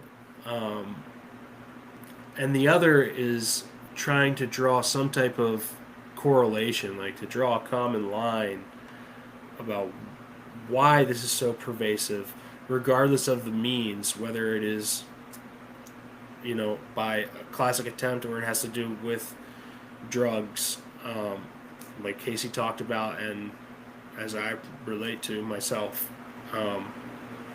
What's the common thread there? And for me, it's shame. So, again, I think this coalesces with what Casey was saying about, not needing a parade, but to the end of like getting flowers. I think, as you put it, there are two things we know work really, really well for human motivation, right? Positive reinforcement and negative reinforcement. There is so much negative reinforcement out there for us as human beings and definitely as men. And that is not me trying to victimize myself nor any of us. It's just a freaking... I can't believe I just edited myself properly. But that's a fact. Okay? It just is. There is so much negative reinforcement out there. There are so many sources of shame that run deeply, deeply to the core of who we are and whom we believe we're supposed to be as men. Okay. Well, there's a reason.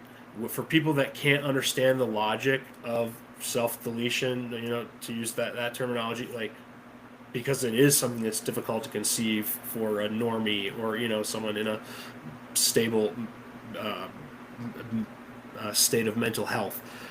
It doesn't make any sense. Well, when you start to factor in that the core of your purpose and the core of your being is absolutely stripped away, and not only that, you are ashamed. You are ashamed to what you are supposed to be. It results in a self-loathing that transcends hopelessness. Hope can't even be conceived of at that point. I've been there personally. I've worked with too many people who've been there personally. And again, going back to the messaging that we see on social media, which, at least in my feed, is ample. I don't know how effective it is. What I do think is effective are pats on the back, as Casey put it, are words of affirmation, are recognizing people for their usefulness, for their purpose, for their service to another human being. And I think doing those things yourself is self-affirming, because the numbers are so astronomical. It makes you feel defeated almost to even try and approach it. You don't know how to tackle it, but that is the best way that I can personally think of to approach it, is that, like, on a micro level, I want to validate the efforts and accomplishments of other men and other people that I see doing things that are worthwhile and that are of service to other people. And a lot of those opportunities are missed right now. And I think that has a lot to do with our culture and what it's focused on. I could go on a whole tangent about that, but I won't. And I'll just say that in my personal life and my professional life, I guess, I really try and focus on recognizing those things that are contributing to someone else's self-worth, or that person's self-worth. You bring up two really important pieces of this, right? So, like, one is our idea of how things are supposed to be, and we can get to a place where it's like, this isn't how it's supposed to be, and I see no way to get it to where it's supposed to be. And then the piece of who we're supposed to be, and I'm not who I'm supposed to be, and I don't know how to get myself to who I'm supposed to be. And it's you're making a good point that it's more than just a self-confidence thing, because we are in a time where the directions from which expectations are thrust on us are huge. Like, there was a time before technology was where it is, where what you knew a person to be was based on who you knew, right?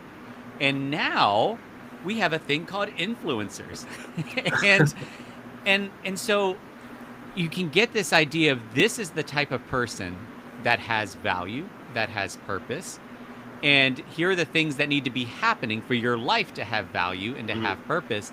And if that's not lining up, and what's so hard is we are just incapable sometimes of seeing outside of this small bubble and realizing the world is huge. There's a lot of people in the world that would look at the things that we're saying are failing and say, man, oh man, I would love to trade lives with you. Or, man, oh man, do you not see who you are?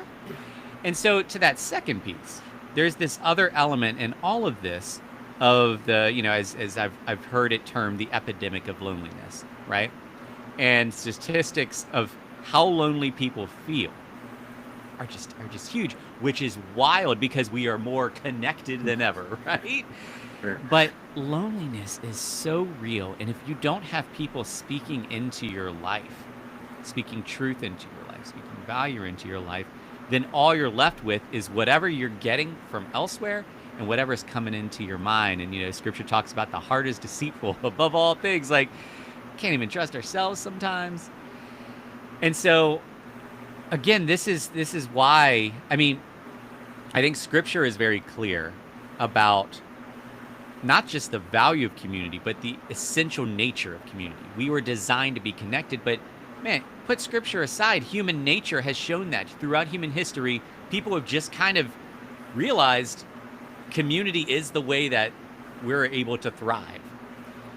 But we allow ourselves to fall into these spaces of isolation, to settle for lesser forms of connection.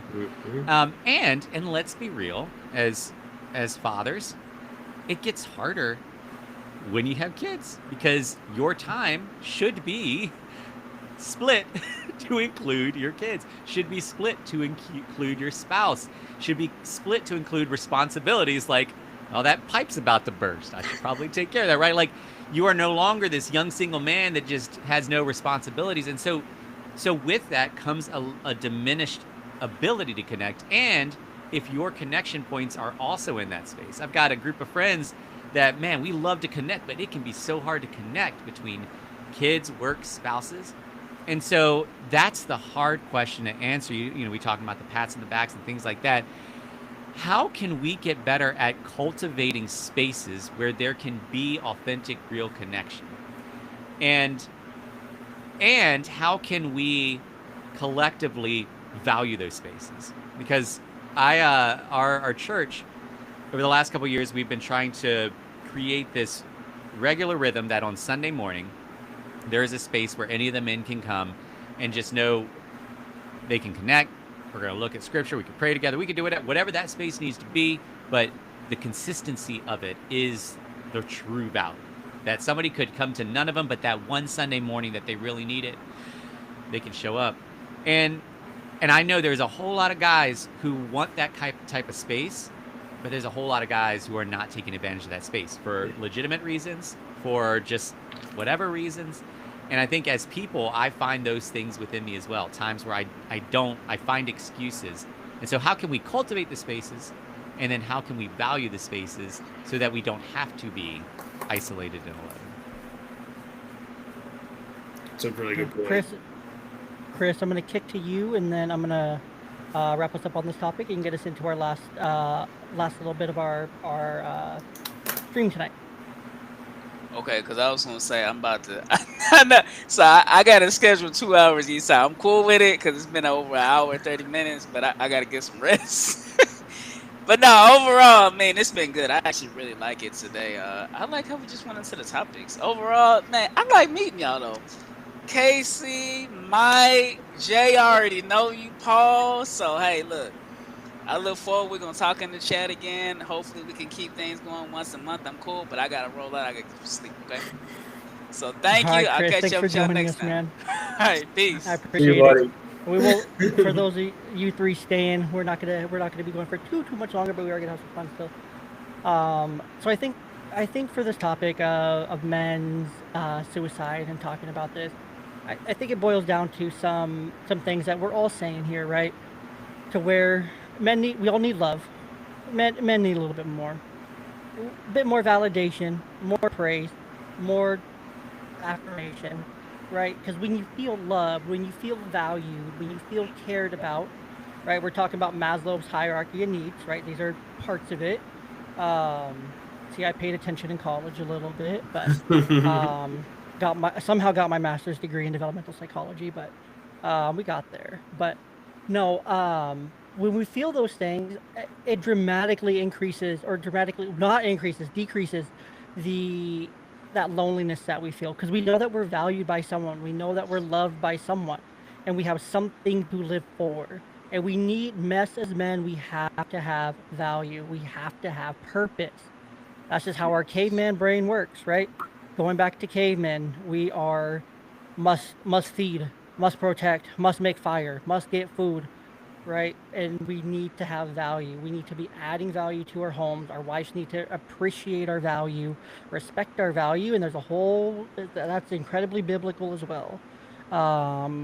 And there's a big role that the wives play in the home and the husbands play in the home as well. But it is so important to make the men in your lives feel loved and valued and cared for. And for men, for you to have something that you care about, that's something that brings you joy, brings you value, makes you feel like you're valuable to something, to someone, to a thing, and so that you can continue to contribute. So those are my thoughts, and I wanted to share a clip um, that relates to this. And when it comes to women, this is why it's so important for women to be a mouthpiece for men's mental health.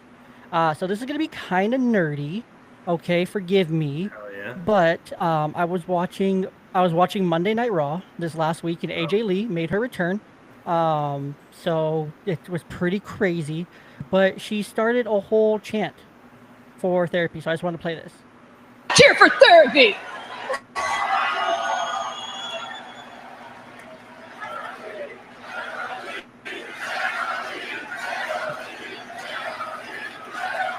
Yeah, cheer for therapy. So a whole arena of grown men, because of a woman, and this isn't saying anything bad against women, but a whole arena packed full of grown men chanted therapy, therapy, therapy. How freaking cool is that? Do you think she meant to do that? Probably not. That seemed kind of unscripted. That didn't seem like it was part of the pipe bomb or part of the promo and whatnot. It really didn't, because she opened up about her mental health. She's like, I went to therapy. I did a lot of self work. Okay. And then she got jazzed up and got all these men chanting therapy. So now all these men and everyone who watched that's probably thinking, oh, well, therapy. And when athletes do it, or wrestlers or athletes, football players, people, when they talk about it and they normalize it, it's like, wow, that's if they're doing it, maybe I can do it. Maybe that would help me too. Makes it seem less scary and whatnot too. So I just think those things are super important. And for the women, it's so important for the women to also be a positive mouthpiece. During Men's Mental Health Month, it was a catastrophe on social media. There was far too many videos saying, oh, when men's mental health month, take a moment.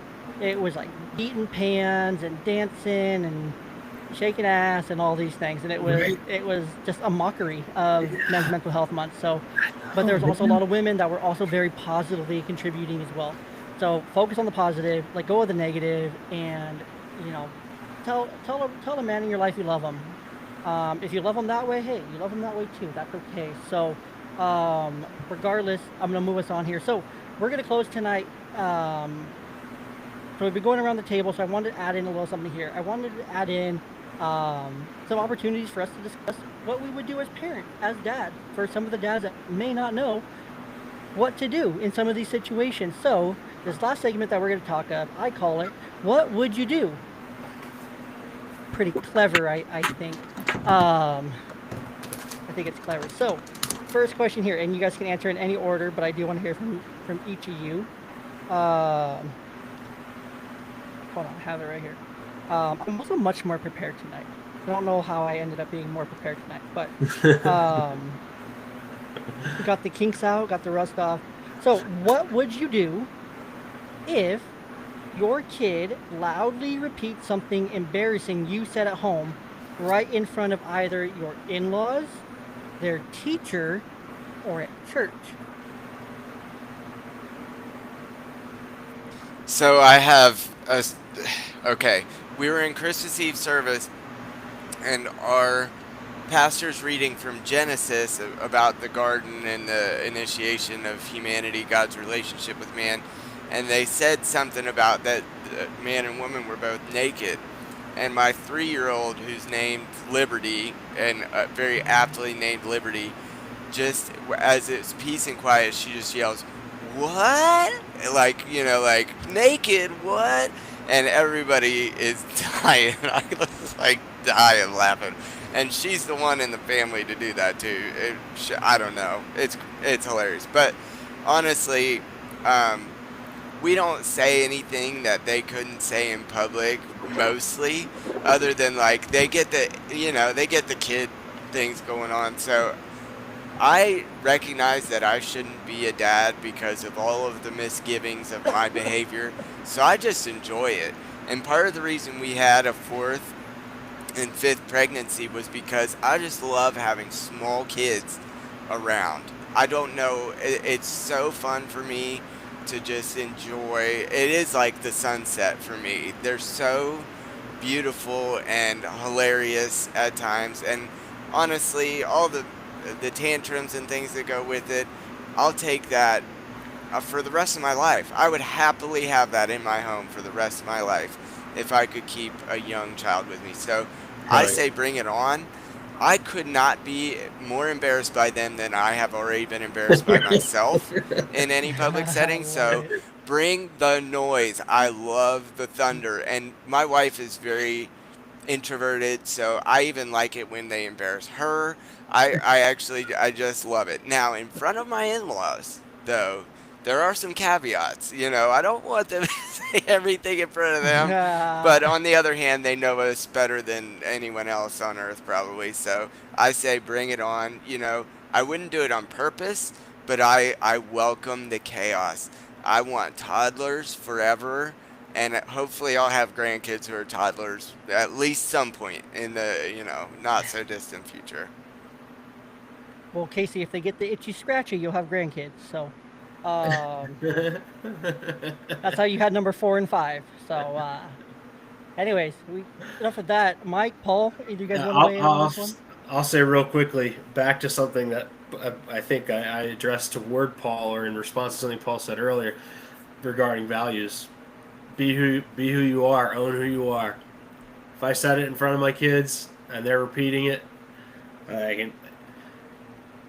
I certainly have no ground to stand on to be upset with them as a child repeating it out in whatever arena we're in. So, and in Casey's example, I would think it was freaking hilarious. So that's where I am. Yeah, I think that's a really important point. Are we living separate lives? And if so, at some point that's going to come to light. Absolutely. And like you said, that's on us to own that. And when it's kids who they don't know any better, and so, yeah, that's a big piece of it. But of course, Jay, your hypothetical is that something has been said. And so what comes to my mind is I wanted to ask the question of, well, what age are we talking about? Because I think the follow-up to that is going to differ depending on the age. So one piece is what everybody's already noted, how we deal with that, how we deal with the embarrassment, how we deal with the ownership. That's a big piece of it. But my mind goes to what is the learning opportunity here. And so, Sure. because what we're talking about is also the sanctity and privacy of the home, right? Like there are certain things like what a conversation with a close friend of mine, I know that conversation probably needs to stay with that close friend. I can't just go and talk about it to other people.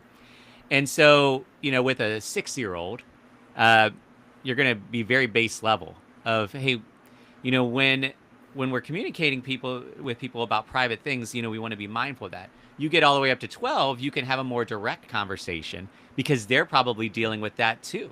In fact, maybe they shared it because somebody shared something private of theirs. And so I think figuring out how can this have an extra benefit of equipping kids to understand how it is we can respect others, how it is we can honor others, and how it is we can know not everything needs to be said, right? But it comes back to what we already noted as grown men. Can we be flexible, patient, understanding enough to not lose our minds when something is brought to light that, as we already noted, wasn't going to stay in darkness forever, probably. Yeah. No, it's a good point. It does age and whatnot are caveats here, and Sure. depends on what was said. But these things do come up. I have a funny story that I'll share, and then I'll ask the next what would you do here. I don't remember how old she was. She had to be my oldest maybe was 4. I want to say 4, maybe 5. I don't remember. We were at Target, and we were looking through birthday cards or something. She had to be 5 maybe. No, I'm thinking about it. We were looking for something. We were in the card section, and I turn around. I was looking for something else, and she just goes, exactly. She said something along the lines of what the fudge, and she didn't say fudge. She said full blown F word. She said what the fuck, and I'm like, I heard it, and I turned around. I'm like, what? And she's like, yeah, they don't have the effing card that I want. And there's like this little old lady right there, bless her heart, just looks absolutely mortified from this little girl saying those things. And honestly, I'm kind of laughing about it. And you know, just taking it on the chin, taking it for what it is. And I think that's the best thing you can do, is you just gotta kind of take it and just do better from that point forward. So okay, next one. What would you do, or yeah, what would you do? What do you do when your child is throwing a full-blown tantrum or full attitude in the store because they're not getting something they want? Screaming, crying, kicking, screaming, all the works. Crocodile tears, all the above. What do you do when that happens? So again, I think age is a big factor here. Obviously, are we talking about my 15-year-old, whom I don't have? Could by be. the way, I'm not that old. Let's just take these in context of the age of the kids you do have. Sure. For you guys. So I would be taking in context of a 4 and an 8-year-old. Yeah. Casey, of your 1,000 kids. Paul, of all your kids, and then Mike, for obviously you have a baby and another son. So a 7-year-old, yeah.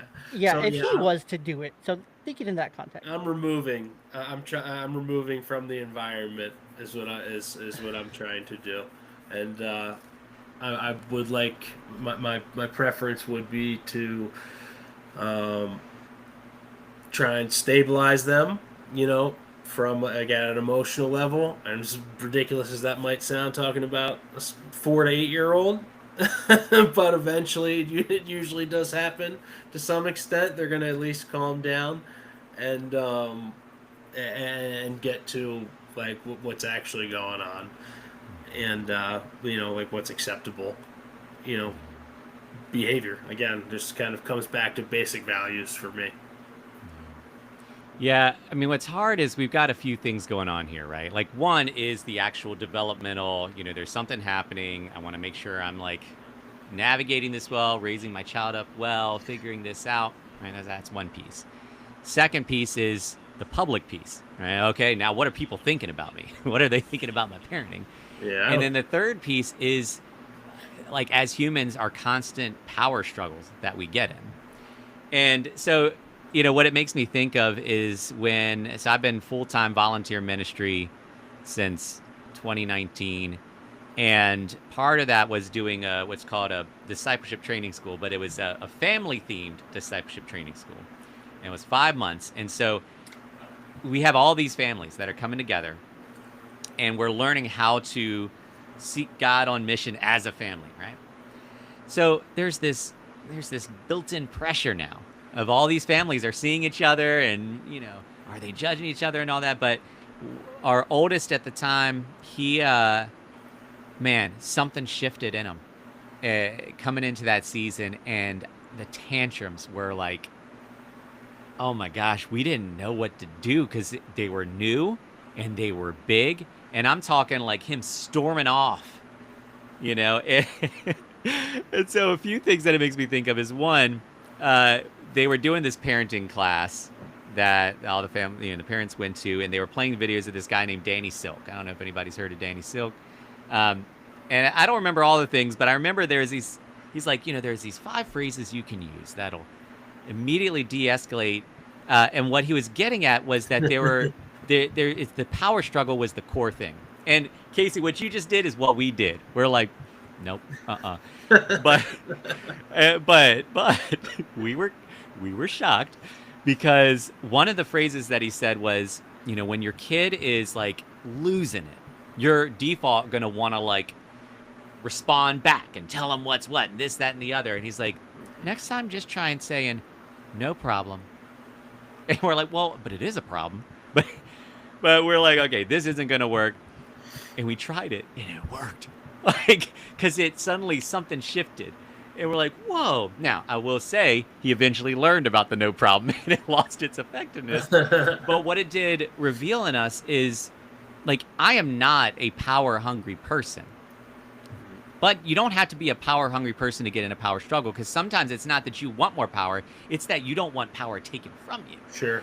And so that's one thing. Like, don't get into battles with your kids because nobody wins. Because it's not a fair fight. They're not trying to be logical. They're reactive. Their brains are still developing. So that's one big piece of it, is don't get caught up in the power struggle. But the other piece that we learned is, we didn't know this at the time, but we had theories. There was actually some things going on that down the road, I mean, 6 years later, were officially diagnosed, right? And when we learn these diagnoses, when you know there is actually something, it changes how you engage that something, right? Instead of it being this broad sweep thing that they should know better, suddenly there are things you're like, oh, actually, they know better, but in this moment, the chemicals in their brain, they can't actually access it. deal with it. And when you know there's something like that, when you've got a name to it, then you are able to address it differently. So this same kid, I've come to learn expectations are big. And when something doesn't go the way that they want, like, it's going to be a huge response, right? But I've come to learn that eventually it scales back. The worst thing I can do is to tell them to stop responding like that, or try, because like they can't even hear that.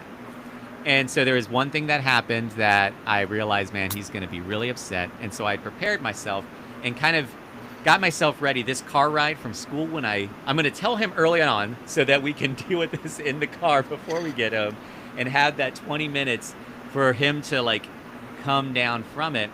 And I was able to put things in place where it was big, but it didn't explode. And he did eventually come to this place of working it through. And so, you know, I was able to control some of that environment, but we've had this happen in public spaces. And the third thing is, I've just got to let go of what people think. If I like understand my child, I'm not trying to get caught up in a power struggle, all these things. At the end of the day, if I'm never going to be able to make sure everybody understands the full context. So I've just got to take the hit, because if I don't take the hit, then I might throw the hit on my child. I might throw my child under the bus to protect my own self-image. And that can be destructive. And so, man, what's encouraging for parents to know is, when that context has other parents in it, those parents they've probably been there. Like, they probably understand. And if you are responding in a healthy way, they might actually be impressed. They're seeing your kid flip out and they're like, how is that parent not flipping out? Oh my gosh. Like, so we're thinking they're judging us. They're actually like, I want to be more like that parent. Shame resiliency. I feel like this has been a theme throughout this entire episode.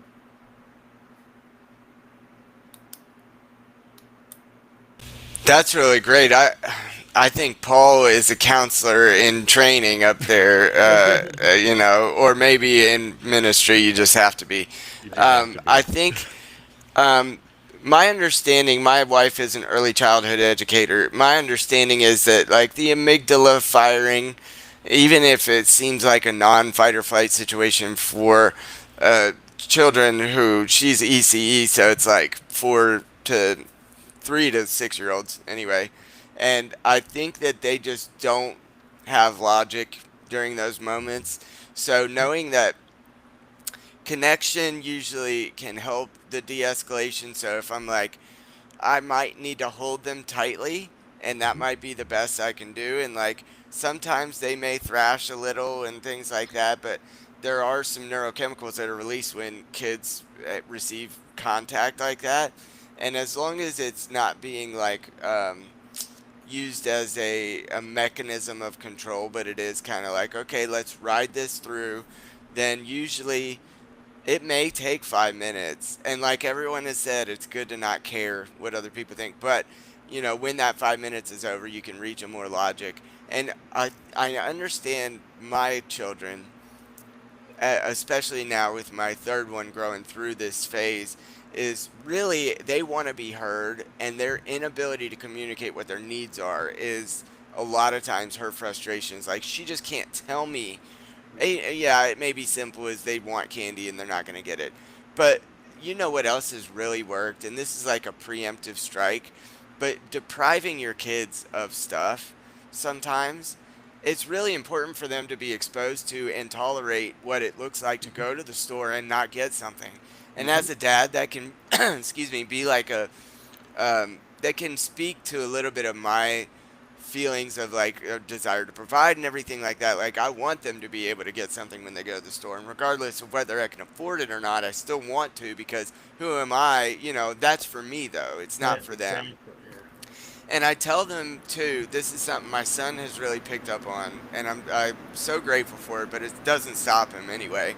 But the fun is in the getting, not the having. So like the excitement, the novelty factor is in the getting. So once that threshold has been crossed, it's like it's barely even noteworthy after that. So I try to train him up in like, buddy, you know, let's save up for that or whatever it is, so that he can then in his gaining momentum toward a goal and doing chores or other things to like work toward that, he actually gets more neurochemical reward from that than he does the getting.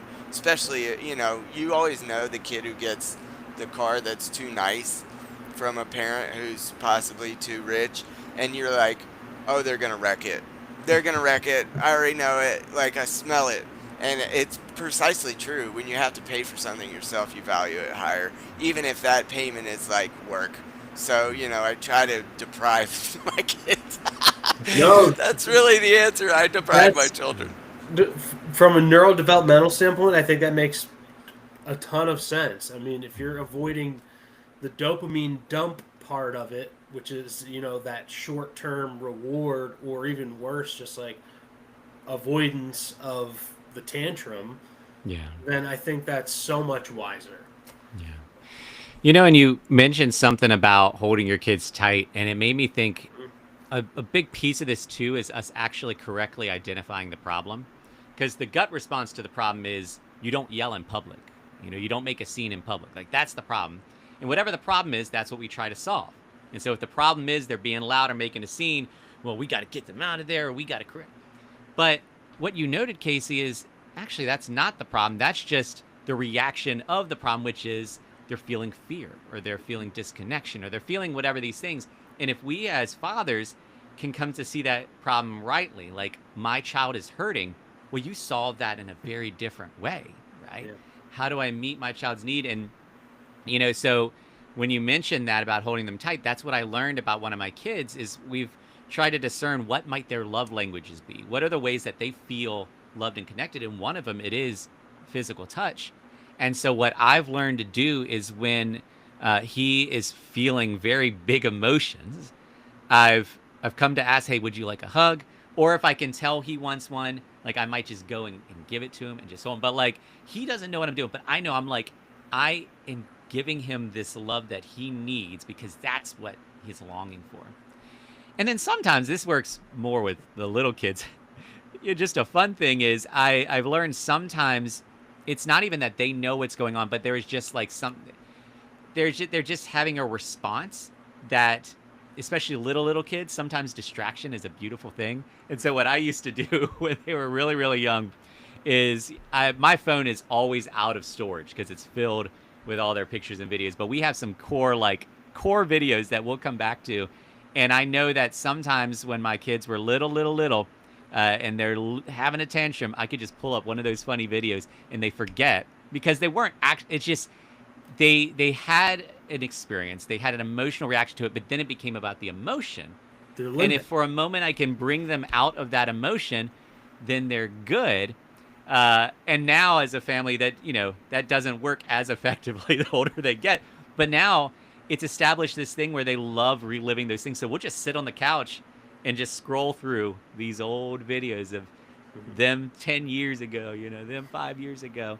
And so it comes back to like, how well do we know our kids? How well are we trying to learn our kids? And how willing are we to not just continue to be students of our kids, but to live out what we have learned about them? Because the problem is our kids, we've been called to love them.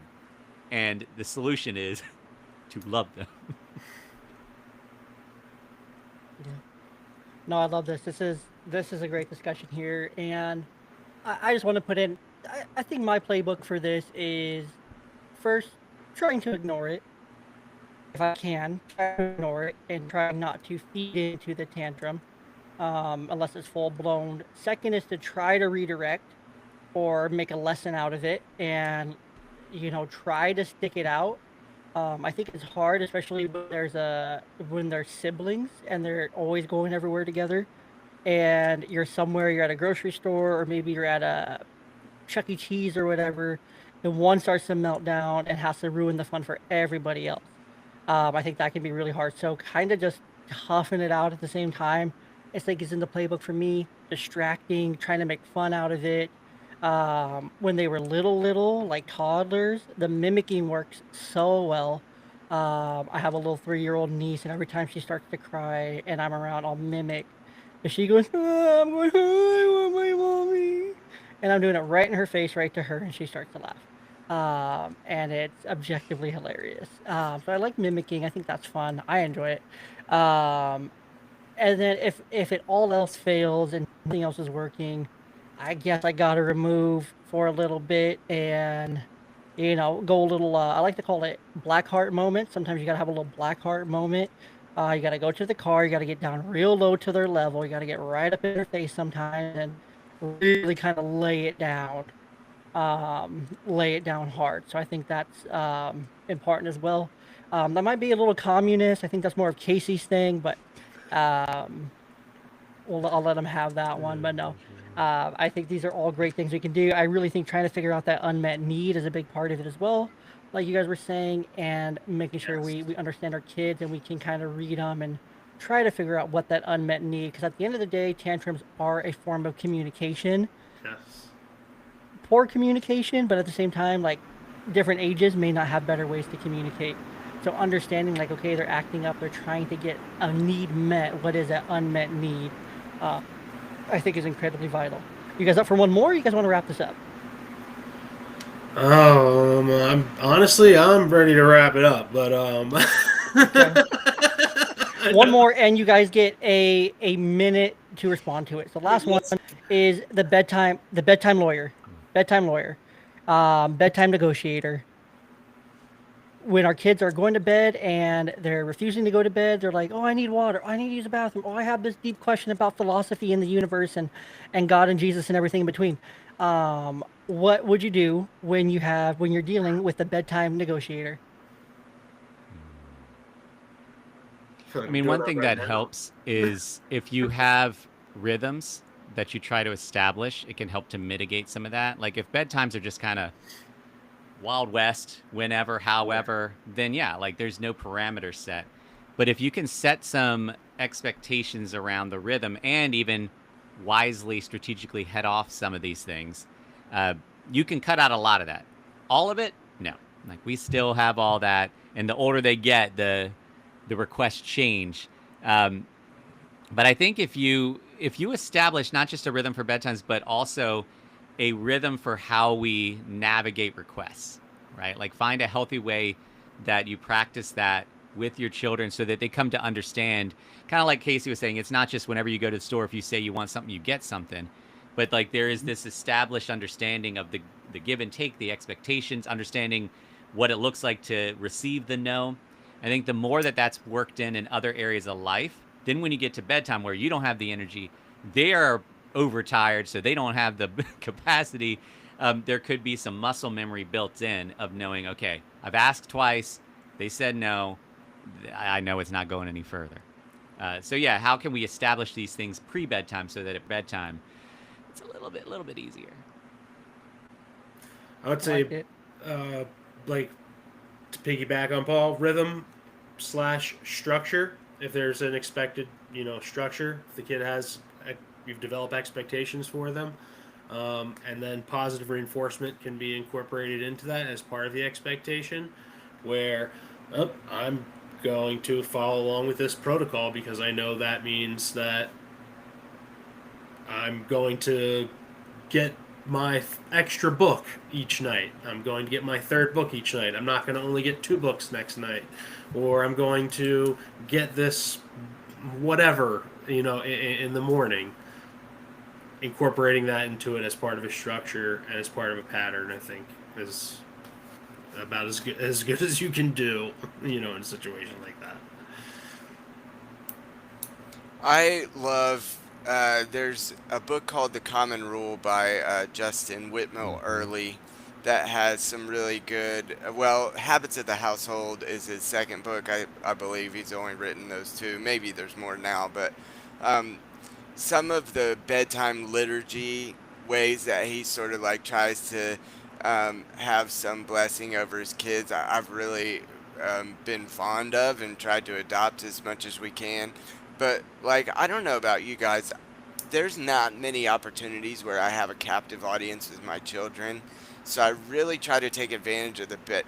Of course, we try to send them up to the room at the same time if we can, but I really try to take advantage of those opportunities to teach because they know that like this is their last breath of the day that they get to enjoy. So I get them without any technology, without any distraction. So that's when I try to drive through the important stuff. And this is the stoic in me in all the best possible ways. Memento mori. It is very possible that you might not get another opportunity to speak truth to them, and just ask, the Kirk family today how important it is to make sure that your last words, or whenever those happen to be, are abundantly clear and abundantly useful to your children. And it's kind of the same premise with your wife. You don't want to go to bed mad.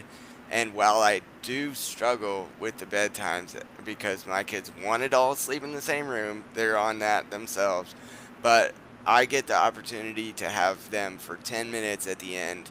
And I try to make it count, guys, because I take so little for granted, just based on the fact that if I live like I'm going to die doing what I'm doing, then I will not live in regret, regardless of whether that's 50 years from now or, 15 days. So, take advantage of it because, for goodness sake, they're not going to want you in their room, at bedtime or anywhere near them at bedtime for very long.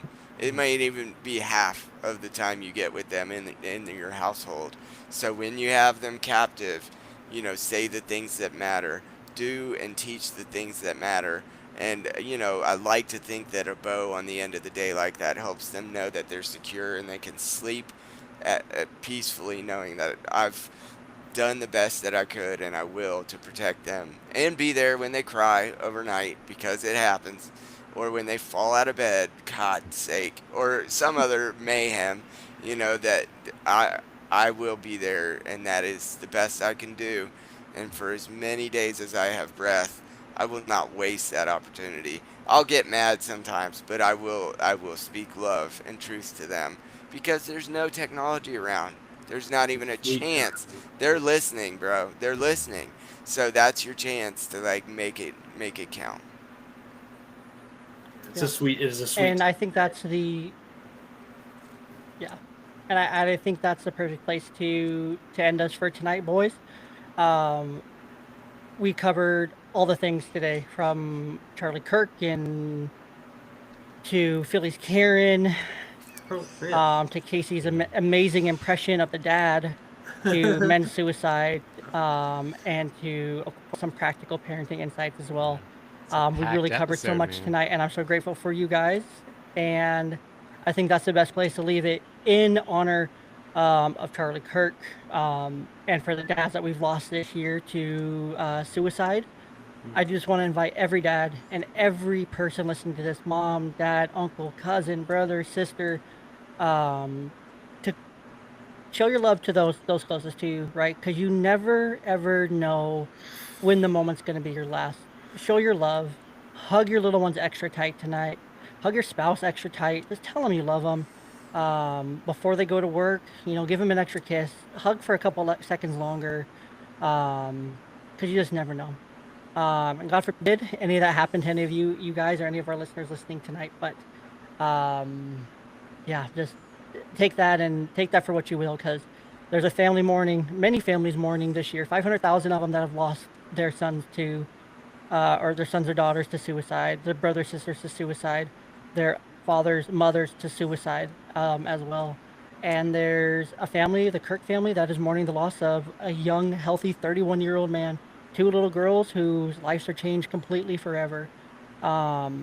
And I just invite again and stress the importance of hug those that are closest to you. When they ask for that extra hug, that extra tuck in, do it. When they ask for that extra hug or that extra kiss, that drop off in the morning, do it. When you feel like it's inconvenience to, or you're not as comfortable cuddling your significant other, do it. Do the things that you don't want to do. Do those little things, because those are what matters. And those are what they're going to remember, and those are what you want those moments to be, that you remember as well, with your loved ones, when that day does inevitably come. So with that, gentlemen, thank you. If you want to find these gentlemen on Instagram, you can. You can find Paula, Where Did You See God, Casey at rumble.right.dad, and Mike at Kiervine.